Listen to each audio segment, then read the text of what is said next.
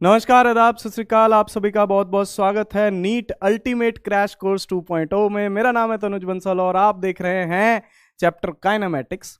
Kinematics का आज हमारा लास्ट लेक्चर है, काइनेमैटिक्स का 4th लेक्चर। इसमें हम कोशिश करेंगे कि हम काइनेमैटिक्स को पूरा कर दें और जो भी हमारे टॉपिक्स बच जाएंगे वो हम नेक्स्ट लेक्चर में कैरी फॉरवर्ड कर लेंगे, लेकिन नेक्स्ट में न्यूटन्स लॉज ऑफ मोशन आपका शुरू हो जाएगा। ठीक है ना। तो जो भी हमारा बचेगा वो हम नेक्स्ट में कवर करेंगे और न्यूटन्स लॉ को शुरू करेंगे। तो next lecture would be of Newton's laws of motion. तो काइनेमैटिक्स में आज करना क्या है, एक बार उसको देख लेते हैं जरा। आज हमें करना है मोशन इन 2 डायमेंशन। तो मोशन इन 1 डायमेंशन तो चल ही रहा था, मोशन इन 2 डायमेंशन हम देखेंगे, प्रोजेक्टाइल मोशन को देखेंगे और रिलेटिव मोशन को देखेंगे। रिलेटिव मोशन भी 1 डायमेंशन में और 2 डायमेंशन में। रिलेटिव मोशन अभी तक हमने नहीं किया है, यानी कि 1 डायमेंशन का रिलेटिव मोशन भी पेंडिंग है और 2 डायमेंशन का भी पेंडिंग है, वो हम इकट्ठा ही करेंगे। ठीक है जी। तो चलिए भाई करते हैं शुरुआत आज के इस लेक्चर की, लेकिन सबसे पहले करते हैं सुपरफास्ट रिवीजन। सुपरफास्ट रिवीजन में आपको पता है कि हम यूनिफॉर्मली एक्सेलरेटेड मोशन के बारे में बात कर रहे थे। यूनिफॉर्मली एक्सेलरेटेड मोशन के बारे में मैंने आपको काफ़ी सारी चीज़ें बताई थी, काफ़ी सारे शॉर्टकट्स बताए थे और distance travelled in nth second, फिर मोशन अंडर ग्रेविटी, उस तरीके के सवाल हमने देखे थे। आपको याद होगा कि यूनिफॉर्मली एक्सेलरेटेड मोशन में अगर एक पॉइंट पे वेलोसिटी u है, एक पॉइंट पे v है, तो हमने शॉर्टकट निकाला था कि मिड पॉइंट पे जो वेलोसिटी आएगी, जो मिड पॉइंट पे वेलोसिटी आएगी, दैट वुड बी v1 या v डैश, जो भी आप उसको बोलो, तो वो v square plus u square by 2 का अंडर रूट हमारे पास बन के आएगा। उसके बाद ग्रेविटी वाले जो हमने सवाल किए थे उसके लिए हमने कुछ फॉर्मूले देखे थे कि अगर h हाइट से आप ड्रॉप करते हो किसी चीज को तो टाइम हमारे पास रहेगा under root 2h by G और वेलोसिटी हमारे पास रहेगी अंडर रूट 2gh। ठीक है ना। टाइम हमारे पास रहेगा under root 2h by G और वेलोसिटी हमारे पास रहेगी अंडर रूट 2gh, जो नीचे आने पे रहेगी अगर आप पार्टिकल को क्या करते हो, ड्रॉप करते हो। ये बात है। डायरेक्शन ऊपर पॉजिटिव मान सकते हो, नीचे नेगेटिव मान सकते हो, या वाइस वर्सा, कुछ भी हो सकता है, तो उसमें आपको डरने की कोई भी आवश्यकता नहीं है। उसके बाद अगर हम पार्टिकल को u स्पीड से ऊपर फेंकते हैं तो वो मैक्सिमम हाइट कितनी जाएगा, u square by 2g, that is u square by 2g, that is the maximum height it will go. ऊपर जाने का टाइम और नीचे जाने का टाइम तो वो दोनों का बराबर है, दैट इज u बाई जी। अगर हम पूरे टाइम ऑफ फ्लाइट की बात करें तो वो हमारे पास आ जाएगा 2u बाई जी। मैंने आपको बताया था कि मोशन जो है सिमेट्रिकल होता है। जब ये पार्टिकल वापस आएगा तो इसके पास इतनी ही स्पीड होगी, बस ये है कि इसकी वेलोसिटी नेगेटिव हो जाएगी। स्पीड बराबर होगी लेकिन वेलोसिटी जो है इसकी क्या हो जाएगी, नेगेटिव हो जाएगी। उसके बाद distance travelled in nth second का फॉर्मूला हमने निकाला था, u plus a by 2n minus 1, और मैंने आपको एक सवाल बता के बताया था कि ये AP को फॉलो करता है। ठीक है ना। फॉलो किसको करता है, AP को, अरिथमेटिक प्रोग्रेशन को फॉलो करता है। तो इस बात का आपको जो है ख्याल रखना है। फिर मैंने आपको जो डिस्प्लेसमेंट का फॉर्मूला ये भी एक बताया था कि अगर u, v और t और s की फॉर्म में फॉर्मूला निकलाओ तो ये 4th इक्वेशन ऑफ मोशन है जो आप यूज कर सकते हो, और इसी को u प्लस v बाई 2 को ही आप एवरेज वेलोसिटी भी बोल सकते हो for the constant acceleration. Constant acceleration के केस में आप इसको एवरेज वेलोसिटी बोल सकते हो, तो उसमें भी आपको कोई दिक्कत नहीं आएगी। ठीक है ना। मोशन अंडर ग्रेविटी तो यूनिफॉर्मली एक्सेलरेटेड मोशन, और फिर उसके बाद distance travelled in nth second. उसके बेसिस पे गैलीलियो ने लॉ बनाए थे। आपको याद होगा अगर S1, S2, S3 का रेशो करना है, डिस्टेंसेस का रेशो करना है जो ड्रॉप करने के बाद बॉडी ने कवर किए, ठीक है ना, 1 सेकेंड, 2 सेकेंड, 3 सेकेंड, ठीक है ना, तो वो रेशो 1:4:9 में होंगे। ठीक है ना। 1 स्क्वायर, 2 स्क्वायर, 3 स्क्वायर, तो 1:4:9 में होंगे। ठीक है जी। और distance travelled in nth seconds के जो रेशो होंगे वो 1:3:5 में होंगे, यानी कि वो ऑड नंबर रेशो में होंगे। तो ये गैलीलियो ने लॉ भी जो है हमारे को बताया था कि ये 1:3:5 में आ जाते हैं। तो इस बात का ध्यान रखना है। फिर हमने एक क्वेश्चन किया था, चुड़ैल जो है बच्चा लेके ऊपर उड़ गई, ठीक है ना, या फिर जो है हमने हॉट एयर बैलून से जो है एक ऑब्जेक्ट को नीचे गिरा दिया, तो वो ऑब्जेक्ट ऊपर जाएगा फिर नीचे आएगा। तो मैंने आपको बताया था कि अगर चलती हुई चीज में से किसी को ड्रॉप किया जाए तो उसके पास वही इनिशियल वेलोसिटी आएगी जो उस चलती हुई चीज की उस समय पे होगी। तो वो इनिशियल वेलोसिटी आपको लेनी है, आपको u0 नहीं लेना, भले ही क्वेश्चन में ड्रॉप वर्ड लिख रखा हो। अगर चुड़ैल ने बच्चा गिरा दिया तो आप जो है वहां पे, और वो चुड़ैल उड़ रही है ऊपर की तरफ, तो आप इनिशियल वेलोसिटी ऑब्वियसली 0 नहीं ले पाओगे। उसके बाद हमने बात की थी ग्राफ्स के बारे में। अलग अलग सिचुएशंस में ग्राफ को हमने डिस्कस किया था। अगर बॉडी रेस्ट पे है तो उसके लिए पोजीशन ग्राफ जो है वो कांस्टेंट रहेगा, और वेलोसिटी और एक्सेलरेशन वाले तो ग्राफ जो है वो 0 ही हो जाएंगे, उसमें लिखने की कोई ज़रूरत नहीं है। कांस्टेंट वेलोसिटी के लिए अगर ग्राफ बनाया जाए तो वेलोसिटी जो है वो कांस्टेंट का ग्राफ बनेगा। एक्सटी ग्राफ जो है वो कुछ इस तरीके का बन सकता है, ऊपर भी जा सकता है नीचे भी जा सकता है। मैं सारे टाइप के ग्राफ नहीं बना रहा, ठीक है ना, मैं जस्ट एक रिप्रेजेंटेशन कर रहा हूँ कि वेलोसिटी ऐसे भी हो सकती है, अब नेगेटिव भी हो सकती है, उसके लिए अलग सिचुएशंस बनती हैं जो कि मैंने आपको बताया था, ठीक है ना। तो ये एक्स टी वी टी और ए टी ग्राफ जो है वो यहाँ पे 0 ही रहेगा, तो उसमें आपके पास यहाँ पे कुछ भी नहीं आएगा, ठीक है ना। तो ए टी ग्राफ आपके पास यहाँ पे 0 रहेगा। उसके बाद अगर बॉडी के पास कांस्टेंट एक्सेलरेशन है, ठीक है ना, बॉडी के पास कांस्टेंट एक्सेलरेशन है, तो कांस्टेंट एक्सेलरेशन के लिए जो ग्राफ हमारे पास रहेगा एक्सेलरेशन टाइम, तो वो कुछ इस तरीके का रहेगा। और वेलोसिटी टाइम ग्राफ जो है वो कुछ इस तरीके का रहने वाला है, ऊपर भी रह सकता है नीचे भी रह सकता है, डिपेंडिंग अपॉन कि आपकी एक्सेलरेशन जो है वो पॉजिटिव है या नेगेटिव है। और उसके बाद हमने एक्सटी ग्राफ किया था। एक्सटी ग्राफ के हमने दो जो है फेजेस किए थे कि ऐसा भी हो सकता है और ऐसा भी हो सकता है। सुपर फास्ट रिवीजन चल रही है, बिना रुके बोल रहा हूँ, गला सूख रहा है, लेकिन आप लोगों के लिए बोलना जायज है। और ये पॉजिटिव और ये नेगेटिव, तो एक्सेलरेशन पॉजिटिव, एक्सेलरेशन नेगेटिव, ठीक है जी। तो इसमें पहला हिस्सा, दूसरा हिस्सा, तीसरा हिस्सा, चौथा हिस्सा करके दिखाया था कि नहीं करके दिखाया था, बोलो भाई। अरे इसका वेलोसिटी नेगेटिव आएगा जी, इसका वेलोसिटी पॉजिटिव आएगा जी, इसका वेलोसिटी पॉजिटिव आएगा जी, और इसका वेलोसिटी नेगेटिव आएगा जी। क्या आपको याद आते जी? नहीं आते जी? तो क्यों नहीं आते जी? तो उसके बाद एक्सटी ग्राफ की जो स्लोप है, उसकी जो स्लोप है हमें वेलोसिटी बताएगी। वीटी ग्राफ की जो स्लोप है वो हमें एक्सेलरेशन बताएगी। पोजीशन टाइम ग्राफ या डिस्प्लेसमेंट वेलोसिटी टाइम ग्राफ हो तो उसका एरिया जो है हमें डिस्प्लेसमेंट बताता है। और वेलोसिटी की जगह पे यहां पे स्पीड टाइम ग्राफ हो,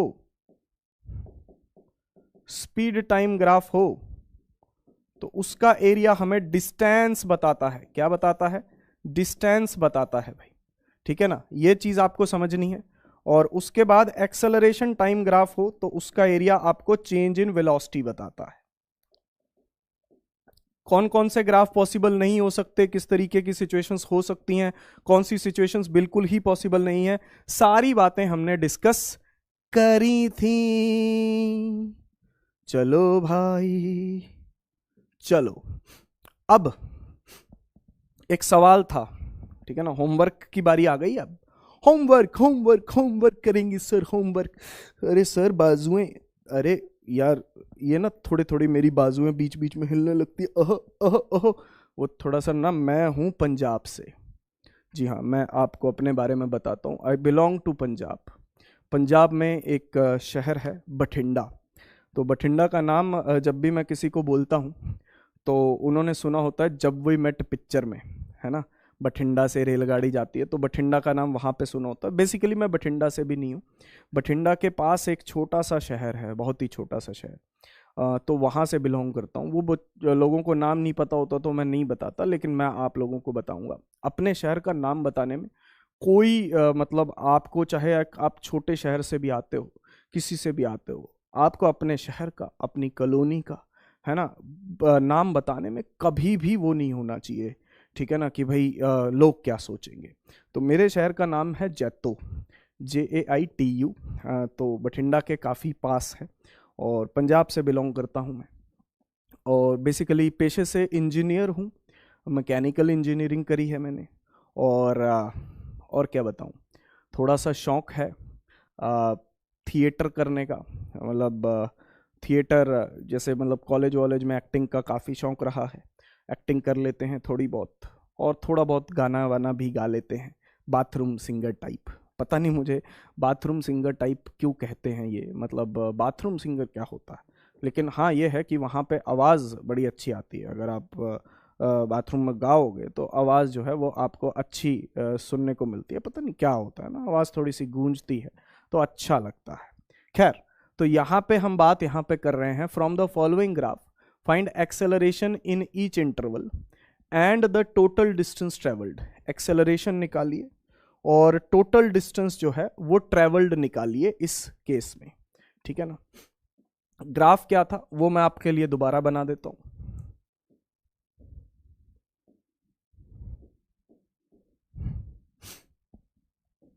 ये ग्राफ था हमारे पास, सर कौन सा, ये वाला, ठीक है जी।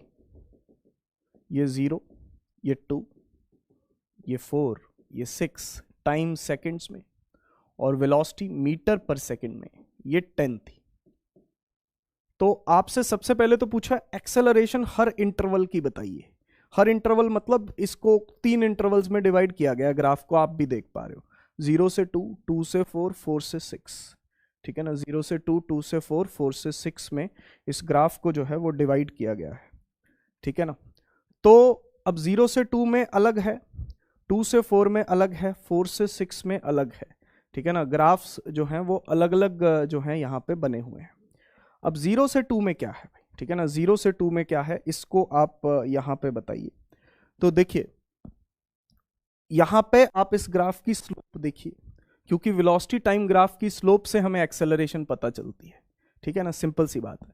तो इसकी स्लोप देखनी है आपको। 0 से 2 में इस लाइन की स्लोप देखिए, स्लोप tan थीटा से लिखी जाती है, लिखी जाती है, बिल्कुल लिखी जाती है। तो आप देखिए कि ये परपेंडिकुलर है, कितना है 10, बेस कितना है 2, तो 10/2, सिंपल सिंपल सबको पता है 10/2 यानी कि 5 आ गया। तो इसका मतलब अगर आपसे कोई एक्सेलरेशन पूछेगा 0 से 2 सेकंड में, 0 से 2 के इंटरवल में, तो एक्सेलरेशन 2 मीटर पर सेकंड स्क्वायर रहेगी। 2 से 4 में देखेंगे तो एक्सेलरेशन 0 रहेगी, ठीक है ना। एक्सेलरेशन 0 मतलब वेलोसिटी कांस्टेंट, आप देखो स्लोप 0 है यहाँ पे आप देख पा रहे हो कि स्लोप क्या है, 0 बनी हुई है, ठीक है जी। और 4 से 6 में, 4 से 6 में आपकी एक्सेलरेशन क्या है। अब देखो इतनी बात तो समझ में आ रही है कि नेगेटिव है, ठीक है ना, ये लाइन है, that is the negative slope, ठीक है ना, नेगेटिव स्लोप। तो बस यहां पे आपकी जो स्लोप है वो -tan थीटा हो जाएगी, ठीक है ना। यहां पे आपकी स्लोप जो है -tan थीटा हो जाएगी, क्योंकि देखो, या इस एंगल को अल्फा बोल देता हूं, स्लोप -tan अल्फा हो जाएगी, ठीक है। नेगेटिव स्लोप, एंगल निकाल लो, ये 10 और ये लेंथ 2 है, देखो 10 2 है तो 5 ही, लेकिन बस नेगेटिव में है तो 5 ही, लेकिन बस कहाँ है, नेगेटिव में है। सॉरी, इसको 2 लिखा है मैंने, 10/2 5 आना चाहिए, है ना। तो that is 5 and this is -5 metre per second square, ठीक है ना। तो यहाँ पे -5 आ जाएगा क्योंकि ऑब्ट्यूस एंगल बन रहा है। अगर आप ये एंगल देखोगे तो ये ऑब्ट्यूस है। एक और तरीका भी है, आप ना इसके कोऑर्डिनेट लिख लो, अगर कभी समझ में ना आए तो इसके कोऑर्डिनेट लिख लिया करो भाई। कोऑर्डिनेट लिखने से ये इजीली सॉल्व हो जाएगा। तो आप इसके कोऑर्डिनेट लिखो, तो 4,10, ठीक है ना, इसके कोऑर्डिनेट है 4,10, ठीक है ना, कोऑर्डिनेट्स आर 4,10। और ये जो कोऑर्डिनेट्स हैं इसके बन रहे हैं दैट इज 6,0, ठीक है ना। तो कोऑर्डिनेट्स इसके 4,10 हैं और इसके कोऑर्डिनेट हैं 6,0। तो आप इसकी स्लोप निकाल सकते हो, आपको पता है y2 - y1 upon x2 - x1, ऐसा कर सकते हो। y2 - y1 10 - 0, x2 - x1 4 - 6, तो -5 आ जाएगा ये अपने आप, ठीक है ना। इसकी जो स्लोप है आपके पास इस लाइन की, अपने आप -5 आ जाएगी। तो हर इंटरवल में आपको एक्सेलरेशन मिल गई, हर इंटरवल की एक्सेलरेशन मिल गई, घबराने की कोई बात नहीं है। उसके बाद है टोटल डिस्टेंस ट्रेवल्ड। देखो टोटल डिस्टेंस ट्रेवल्ड, तो टोटल डिस्टेंस ट्रेवल्ड यहां पे किस तरीके से निकाला जाएगा, तो ये वेलोसिटी टाइम ग्राफ है, ठीक है ना। This is the velocity time graph जो आपको गिवन है। वेलोसिटी टाइम ग्राफ का जो एरिया होता है आपको डिस्प्लेसमेंट बताता है, ठीक है ना। वेलोसिटी टाइम ग्राफ का जो एरिया है, इसको कलर को चेंज करते हैं, तो वेलोसिटी टाइम ग्राफ का जो एरिया है आपको डिस्प्लेसमेंट बताता है भाई। तो यहां पे क्या है, देखो वेलोसिटी का ग्राफ नीचे तो जा नहीं रहा, ठीक है ना, नीचे तो जा नहीं रहा, इसका मतलब नेगेटिव एरिया तो है नहीं। अगर नेगेटिव एरिया नहीं है तो इसका मतलब पार्टिकल नेगेटिव डायरेक्शन में तो गया ही नहीं, वेलोसिटी पॉजिटिव है, पूरे में पॉजिटिव है ना वेलोसिटी। एक्सेलरेशन की डायरेक्शन चेंज हुई है, वेलोसिटी की डायरेक्शन नहीं चेंज हुई, वेलोसिटी 0 से 6 सेकंड तक पॉजिटिव ही है, ठीक है ना, ग्राफ नीचे नहीं गया। इसका मतलब ये हुआ कि पार्टिकल ने अपनी डायरेक्शन चेंज नहीं करी। तो यहां पे इस केस में जब एरिया सारा पॉजिटिव ही है तो डिस्टेंस और डिस्प्लेसमेंट में कोई फर्क नहीं है। तो अगर आप इसका एरिया निकालते हो तो आपको डिस्टेंस भी मिल जाएगा और डिस्प्लेसमेंट भी मिल जाएगा, ठीक है जी।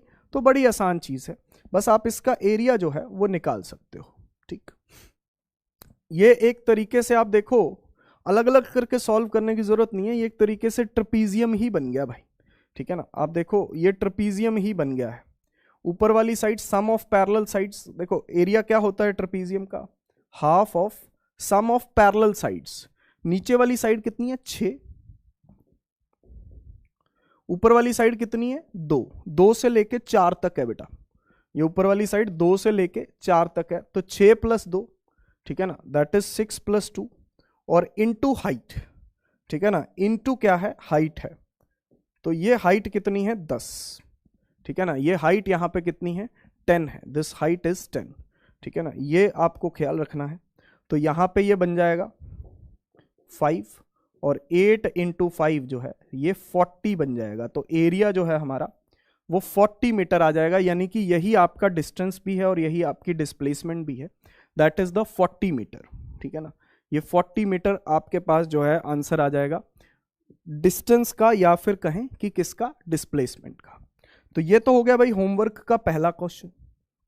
अब होमवर्क का दूसरा क्वेश्चन, होमवर्क का दूसरा क्वेश्चन क्या है, ये है क्वेश्चन, ठीक है ना। तो ये एक्सेलरेशन टाइम ग्राफ है भाई, ठीक है ना, this is the acceleration time graph. Particle starts from rest, it's acceleration versus time graph is shown in the figure, the maximum speed of the particle will be. देखो इसमें आपको acceleration time graph given है, या acceleration time graph जो है वो show किया गया है। तो इसमें पार्टिकल रेस्ट से शुरू हो रहा है, तो इनिशियल वेलोसिटी 0 है, ठीक है। एक्सेलरेशन वर्सेस टाइम ग्राफ की खासियत यह होती है कि इसके नीचे का एरिया आपको चेंज इन वेलोसिटी बताता है। यूनिट्स का एक बार जरूर खास ख्याल रख लिया करें, ठीक है ना, जब भी कुछ निकालना हो तो यूनिट्स का खास ख्याल रख लिया करें। अब यहां तक ग्राफ दिया हुआ है 11 सेकंड तक, ठीक है ना, एरिया पॉजिटिव है, एरिया सारा का सारा ऊपर है, ठीक है ना। एरिया का ध्यान रखना है कि कहां पे नेगेटिव कहां पे पॉजिटिव जा रहा है। तो ये 10 है लेंथ, ये है 11, टाइम सेकंड्स में है, ये मीटर/सेकंड² में, सब सही है।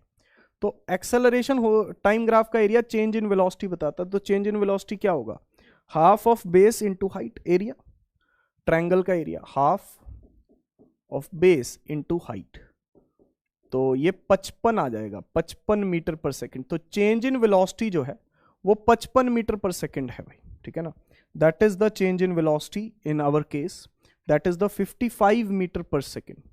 तो v - u 55 और u कितना 0, ठीक है ना, u कितना है 0, तो this is the 55 metre per second, 55 metre per second, ये हमारे पास जो है वो वेलोसिटी आ गई है, ठीक है ना, that is the maximum speed, that is the 55 metre per second, ठीक है ना। 11 सेकंड तक मैक्सिमम पहुंच जाएगी, क्योंकि इसके बाद तो ग्राफ नीचे ही चला जाएगा, इसके बाद ग्राफ नीचे चला जाएगा तो एरिया नेगेटिव हो गया, एरिया नेगेटिव हो गया तो ये वैल्यू कम हो जाएगी भाई। अभी तो हमने सारा एरिया पॉजिटिव ही माना है, फिर इसमें से कुछ माइनस होना शुरू हो जाएगा, ठीक है ना। तो मैक्सिमम वैल्यू कितने सेकंड पे आ रही है, 11 सेकंड पे आ रही है, ठीक है ना, वही आपसे पूछी हुई है, और 55 मीटर/सेकंड ही आंसर है, ठीक है ना, क्योंकि हमें फाइनल स्पीड ही बेसिकली तो बतानी है यहाँ पे, और हमें कुछ भी नहीं बताना है, ठीक है जी। तो I hope that is very very clear to you, इसमें आपको कोई डाउट नहीं होना चाहिए। उसके बाद हम यहाँ पे बात कर रहे हैं मोशन इन अ प्लेन, ठीक है ना। स्ट्रेट लाइन मोशन को हमने डिस्कस कर लिया है, ठीक है ना।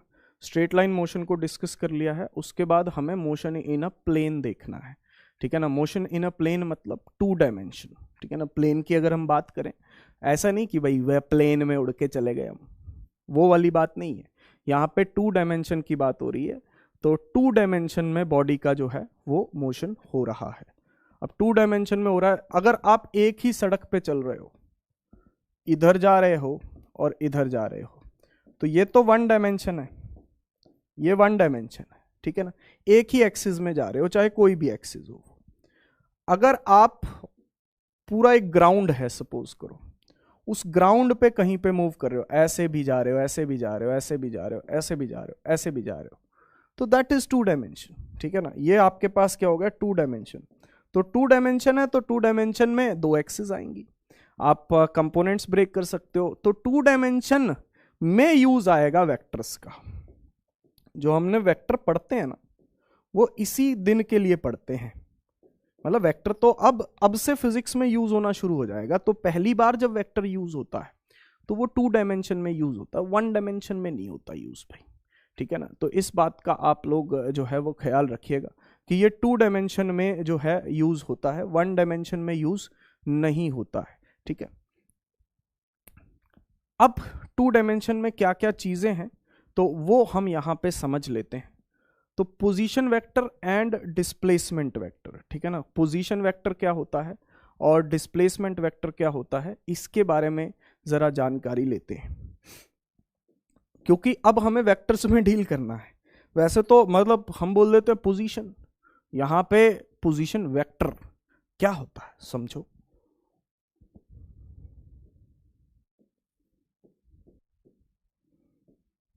ओरिजिन के रिस्पेक्ट में किसी भी पार्टिकल की पोजीशन डिफाइन की जाती है। जैसे मान लो पार्टिकल की ये पोजीशन है, सपोज करो एक्स वाई है, किसके रिस्पेक्ट में, ओरिजिन पे। तो ओरिजिन से जो लाइन इसको ज्वाइन कर देगी पी पॉइंट की तरफ, ये जो वेक्टर आपको दिखाई दे रहा है, ये आपके पास है पोजीशन वेक्टर, ठीक है ना। This vector is the position vector भाई। ओ से पी जो है ये पोजीशन वेक्टर है। तो यहां पे ये जो आपका बन रहा है, this is the r vector, ठीक है ना, इसको बोलते हैं पोजीशन वेक्टर। तो आर वेक्टर को आप लिखोगे क्या, x i cap plus y j cap, this is the position vector, ठीक है ना, simple, x i cap plus y j cap. अब डिस्प्लेसमेंट वेक्टर क्या होता है, डिस्प्लेसमेंट वेक्टर ये होता है कि अगर आप अपनी एक पोजीशन से दूसरी पोजीशन पे चले गए हो तो उसको डिस्प्लेसमेंट की फॉर्म में लिखा जा सकता है। सपोज करो ये ओरिजिन है, आप पहले यहां पे थे और आप यहां चले गए, ठीक है ना। तो यहां से जब आप यहां पे गए तो ये x1 y1 और ये x2 y2, सो ये आपका डिस्प्लेसमेंट है, दिस इज द डिस्प्लेसमेंट, ठीक है ना। ये आप यहां से यहां गए, ये आपकी इनिशियल पोजीशन थी, ये आपकी फाइनल पोजीशन है, तो that is the displacement vector, ठीक है ना। इसको आप डिस्प्लेसमेंट वेक्टर बोल सकते हो। और डिस्प्लेसमेंट वेक्टर को आप डेल्टा आर बोल सकते हो ना, चेंज इन पोजीशन।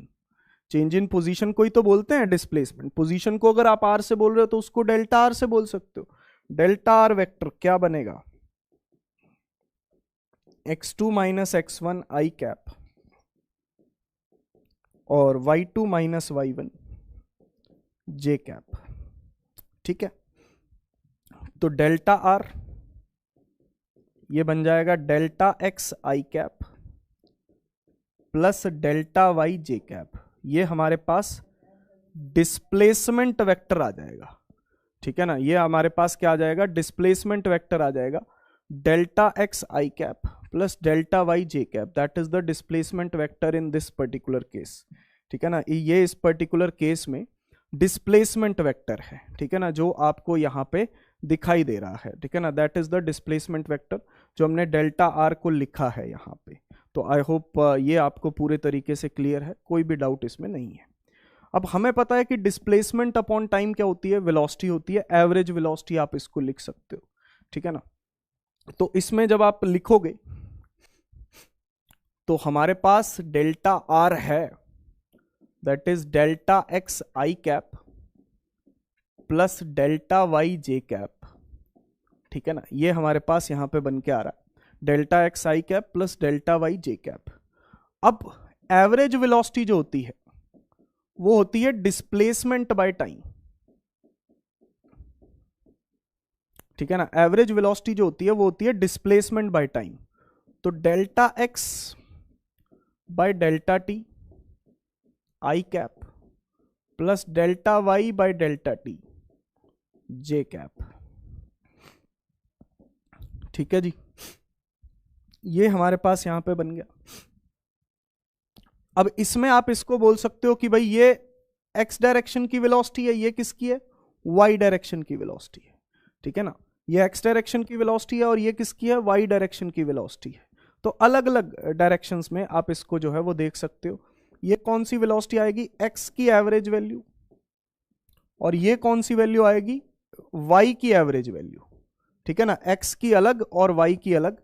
तो एक्स की एवरेज वैल्यू अलग और वाई की एवरेज वैल्यू अलग, आई कैप जे कैप। मतलब आपको कुछ नहीं करना, आपको सिंपल सी बात ये करनी है, आप जैसे स्ट्रेट लाइन मोशन सॉल्व करते हो ना वैसे ही करना है, कोई फर्क नहीं है। स्ट्रेट लाइन मोशन जैसे सॉल्व करते हो वैसे ही मोशन इन अ प्लेन भी सॉल्व करो, बस एक्स और वाई को अलग अलग देख लो। अगर आपको इंस्टेंटेनियस वेलोसिटी लिखनी है, इंस्टेंटेनियस में डेल्टा नहीं लिखते थे, याद है आपको, एवरेज में तो डेल्टा लिखते थे लेकिन इंस्टेंटेनियस में नहीं लिखते थे। इंस्टेंटेनियस में क्या लिखोगे, dx, इंस्टेंटेनियस को v से भी लिख देते हैं, लो इसको लिखो v इंस्टेंटेनियस वेक्टर या v वेक्टर, इसको लिख देते थे dx by d T I cap dy by d T j cap और dz बाई डी टी के कैप लिखना, के कैप भी लिख सकते हो, dz बाई डी टी हो जाएगा। और क्या होगा, तो v वेक्टर हमारे पास बनेगा vx आई कैप vy जे कैप प्लस vz के कैप, ठीक है ना। अगर vz वाला भी लिखना है तो वो भी लिख देता हूं मैं आप लोगों की डिमांड पे। सर हमारी क्या डिमांड है सर, आप जब रिकॉर्ड कर रहे हो तब तो हम बोल भी नहीं पा रहे हैं, हमारी क्या डिमांड हो सकती है। अरे भैया पता लग जाता है, हम अंतर्यामी हैं, अंतर्यामी है।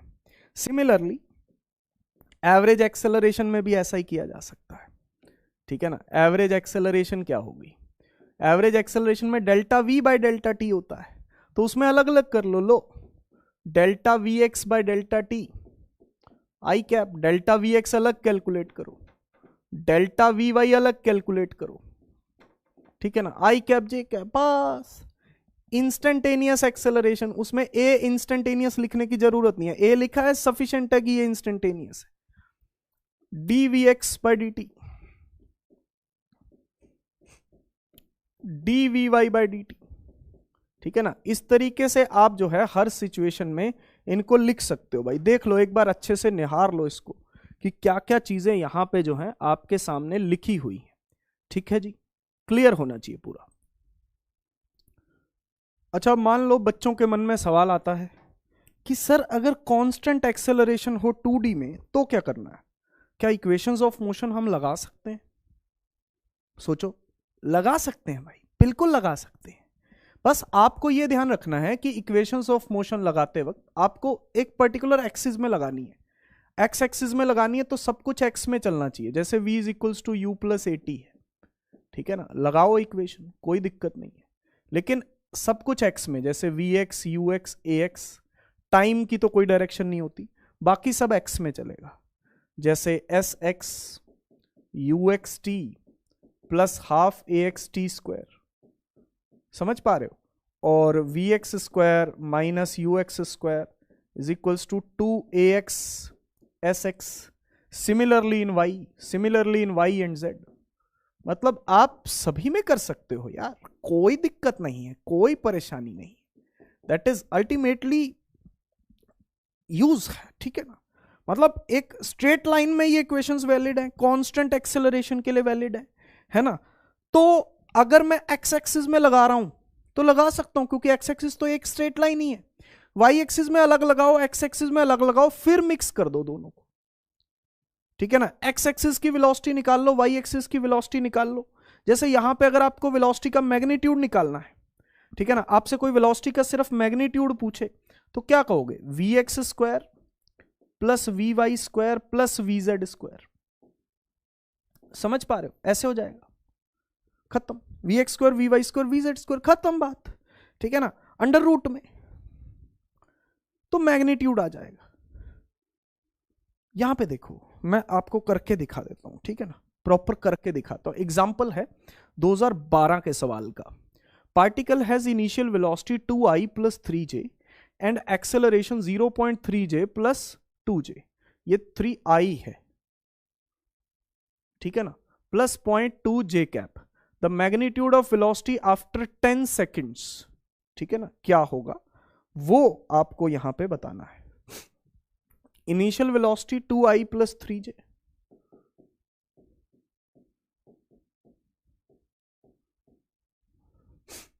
ठीक है जी, और एक्सेलरेशन 0.3i प्लस 0.2j और टाइम है 10 सेकेंड्स। तो भाई आपको क्या करना है, आपको फाइनल वेलोसिटी निकालनी है। तो u पता है, a पता है, v पता करना है। आप सबसे पहले इसको x डायरेक्शन में लगाओ। भैया ये x डायरेक्शन की इनिशियल वेलोसिटी है ये, और ये x डायरेक्शन की एक्सेलरेशन है, बस। तो vx is equals to ux plus ax into t, ये तो लगा सकते हो ना। तो ux कितना है 2 और ax कितना है 0.3 और टाइम 10 सेकेंड्स।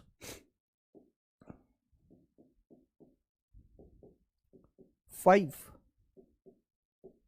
ठीक है। We y is equals to u y plus a y into t, ठीक है। तो यू वाई कितना है 3 और 0.2, 3 प्लस 0.2 इंटू 10, बस खत्म। तो 3 प्लस 2 ये भी 5 हो जाएगा। तो ये भी 5 मीटर पर सेकेंड, ये भी 5 मीटर पर सेकेंड। आपको रिजल्टेंट वेलोसिटी बतानी है, मैग्नीट्यूड बताना है। तो मैग्नीट्यूड के लिए अब देखो z में तो कुछ है नहीं, तो मैग्नीट्यूड में क्या लिखोगे, v x square plus v y square, बस। और क्या करना है भाई, 5 स्क्वायर प्लस 5 स्क्वायर, ये तो 5√2 हो गया, खत्म। समझ गए, दैट इज 5√2। अरे भैया जब दोनों बराबर होते हैं ना तो √2 से मल्टीप्लाई कर दो भाई मेरे। याद है आपको, दो इक्वल वेक्टर्स, इक्वल मैग्नीट्यूड के वेक्टर्स जिनका मैग्नीट्यूड a और a था, उनका रिजल्टेंट √2a हो जाता है अगर वो 90 डिग्री पे होता है। पाइथागोरस लगता है डायरेक्ट, वही किया भाई। मैं ये कैलकुलेट नहीं करना, सीधा 5 आ गया ना आपके, भाई आपने दोनों 5 कैलकुलेट कर लिए, मैं डायरेक्ट टिक करूंगा 5√2, मैं ये नहीं करूंगा।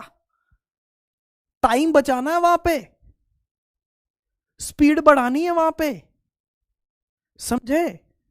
हाँ, हवा में बातें नहीं होती भाई, प्रॉपर कंसेप्ट्स के साथ, प्रॉपर सॉल्यूशंस के साथ बातें होती हैं यहां पे। ये देखो भाई, at an instant t the coordinates of the particle are at square bt square z0 है, ठीक है। Then its velocity at the instant t will be, ये उसकी पोजीशन दे रखी है पार्टिकल की, एक्स में और वाई में, टाइम के रिस्पेक्ट में। तो उसकी वेलोसिटी पूछी है इंस्टेंट टी पे।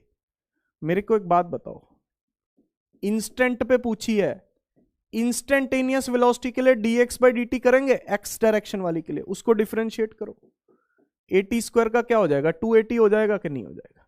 सिमिलरली वी वाई जो है dy बाई dt 2bt हो जाएगा कि नहीं हो जाएगा, ठीक है जी, बस।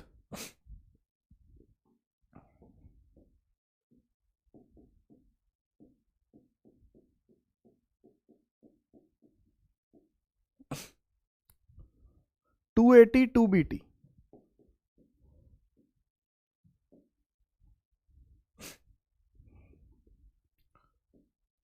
280 का स्क्वायर प्लस 2bt का स्क्वायर,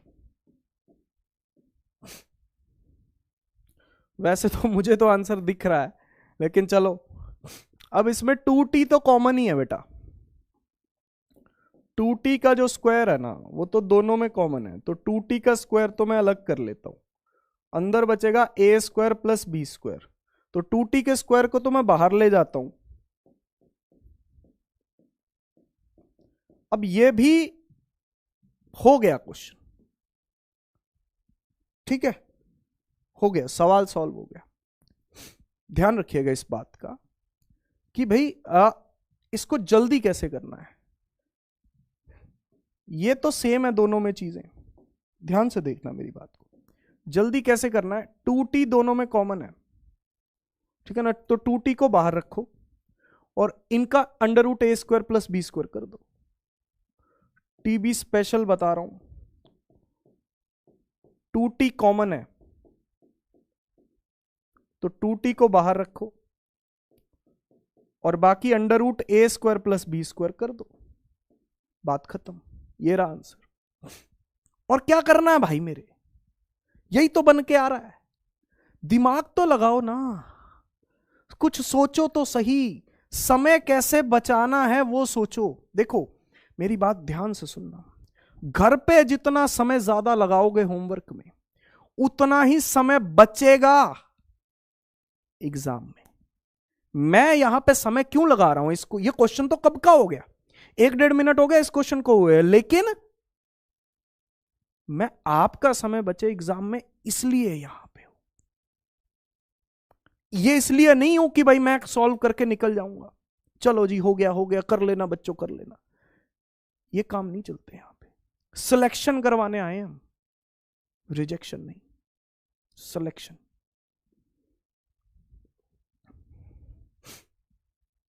ये क्या है, देखो देखो देखो देखो, इसको लगा डाला तो लाइफ जिंगल लाला,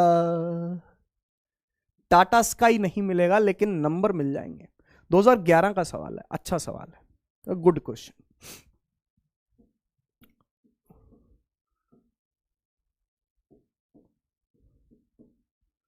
क्या है सुनिएगा, body is moving with a velocity 30 metre per second towards east, after 10 seconds its velocity becomes 40 meter per second towards north, the average acceleration of the body is,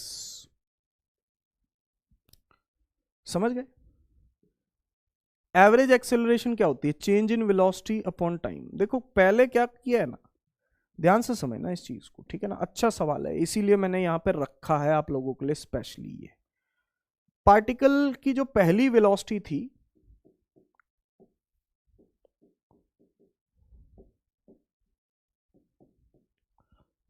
वो ईस्ट में थी,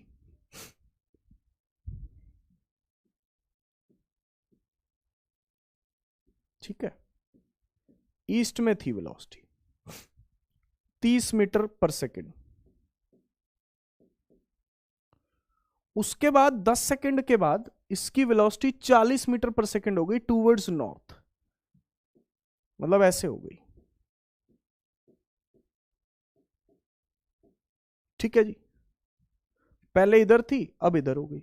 10 second के बाद average acceleration पूछी हुई है, average acceleration होती क्या है, delta v by delta T, ठीक है ना।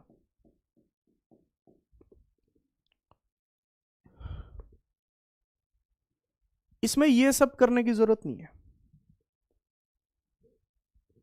इसको ऐसे ही पढ़ा रहने दो, जरूरत नहीं है इस क्वेश्चन में, ठीक है, उसके बिना ज्यादा इजीली हो जाएगा।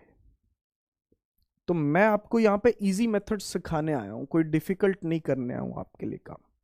Delta v by delta t करना है, डेल्टा वी को क्या लिख सकते हो, v final minus v initial, या फिर v2 माइनस v1 कर लो, सही रहता है, v2 vector minus v1 vector by delta T, जो भी टाइम इंटरवल है वो तो 10 सेकेंड है, टाइम इंटरवल 10 सेकेंड है, उसमें कुछ नहीं करना बेसिकली। तो v2 माइनस v1 वेक्टर हमें निकालना है, ये इनिशियल वेलोसिटी है और ये फाइनल वेलोसिटी है। डायरेक्शन चेंज हो गई, डायरेक्शन जब चेंज हो गई तो वेक्टर यूज होगा कि नहीं होगा, मेरे को एक बात बताओ, होगा यूज। ओके, वेक्टर सब्ट्रैक्शन याद करो जरा। वेक्टर सब्ट्रैक्शन मैंने आपको पढ़ाया था, हाँ सर पढ़ाया था। तो v2 माइनस v1 जब मुझे लिखना है तो इसको लिखेंगे v2 vector plus of minus v1 vector, ठीक है जी, v2 vector and plus of minus v1 vector, ये हम यहां पे लिखेंगे, ठीक है जी। तो v2 vector minus v1 vector, तो v2 वेक्टर ये रहा और माइनस v1 वेक्टर ये रहा इधर की तरफ, ठीक है ना। v2 और माइनस v1 का रिजल्टेंट है डेल्टा v, तो डेल्टा v इधर आएगा कहीं, this is the delta v vector, ये डेल्टा v है बेटा। समझ पा रहे हो कि नहीं समझ पा रहे हो? देखो जरा, तो डेल्टा v इधर है, चेंज इन वेलोसिटी इधर की तरफ आएगा वेक्टर, चेंज इन वेलोसिटी का। ये v2 वेक्टर है, ये माइनस v1 वेक्टर है। दोनों के जो मैग्नीट्यूड है, देखो मैग्नीट्यूड वेक्टर का हमेशा पॉजिटिव लेना है। 30 है, ऐसा नहीं कि मैंने इधर कर दिया तो इसको माइनस 30 कर दो, मैग्नीट्यूड कभी भी माइनस में नहीं होता, मैग्नीट्यूड प्लस ही लेना है, ठीक है ना, कोई भी वेक्टर हो। 40 40, magnitude of a vector is always positive, always, ठीक है जी। ऐसे नहीं सर उधर 30 था इधर माइनस 30, मत करना, ठीक है ना। कर लो, माइनस 30 ही है, लेकिन भाई बोलने की जरूरत नहीं है उसको, बस चुपके से। हाँ, तो डेल्टा वी निकालना है, दोनों परपेंडिकुलर है, इन दोनों का रिजल्टेंट है, बस हो गया काम। मेरे को एक बात बता दो, 30 का स्क्वायर प्लस 40 का स्क्वायर ही तो है, अंडर रूट 3 और 4 का 5 होता है, तो 30 और 40 का अंडर रूट 50 आ जाएगा, बस आ गया आंसर। सर क्या आंसर आ गया? अरे डेल्टा टी से डिवाइड करना मत भूल जाना, 50 आंसर कहीं ऑप्शन में नहीं है। तो acceleration delta v by delta T, कहीं कहीं पे वेक्टर लिखना भूल जाऊं तो जान मत खाना यार, माफ कर देना, ठीक है। माफी सबसे बड़ा हथियार है, ठीक है ना, हाँ माफ कर देना भाई। जो ताकतवर होते हैं वो अक्सर माफ कर दिया करते हैं, निर्बलों को माफ कर देते हैं, तो इसलिए आप भी मुझे माफ कर देना भाई, ठीक है। क्लियर है, पूरा क्लियर है?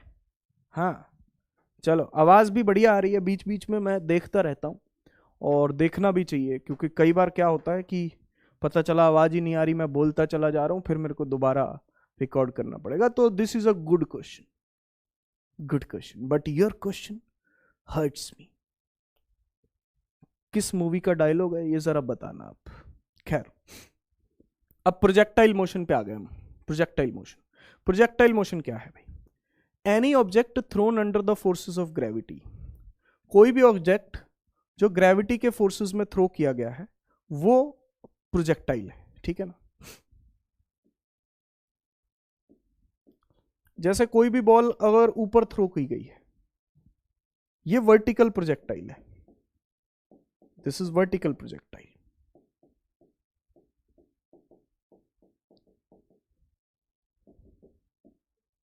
अगर हम बॉल को ऐसे फेंकते हैं, क्या ये प्रोजेक्टाइल नहीं है? है या ना है? This is also projectile motion, ठीक है ना। ये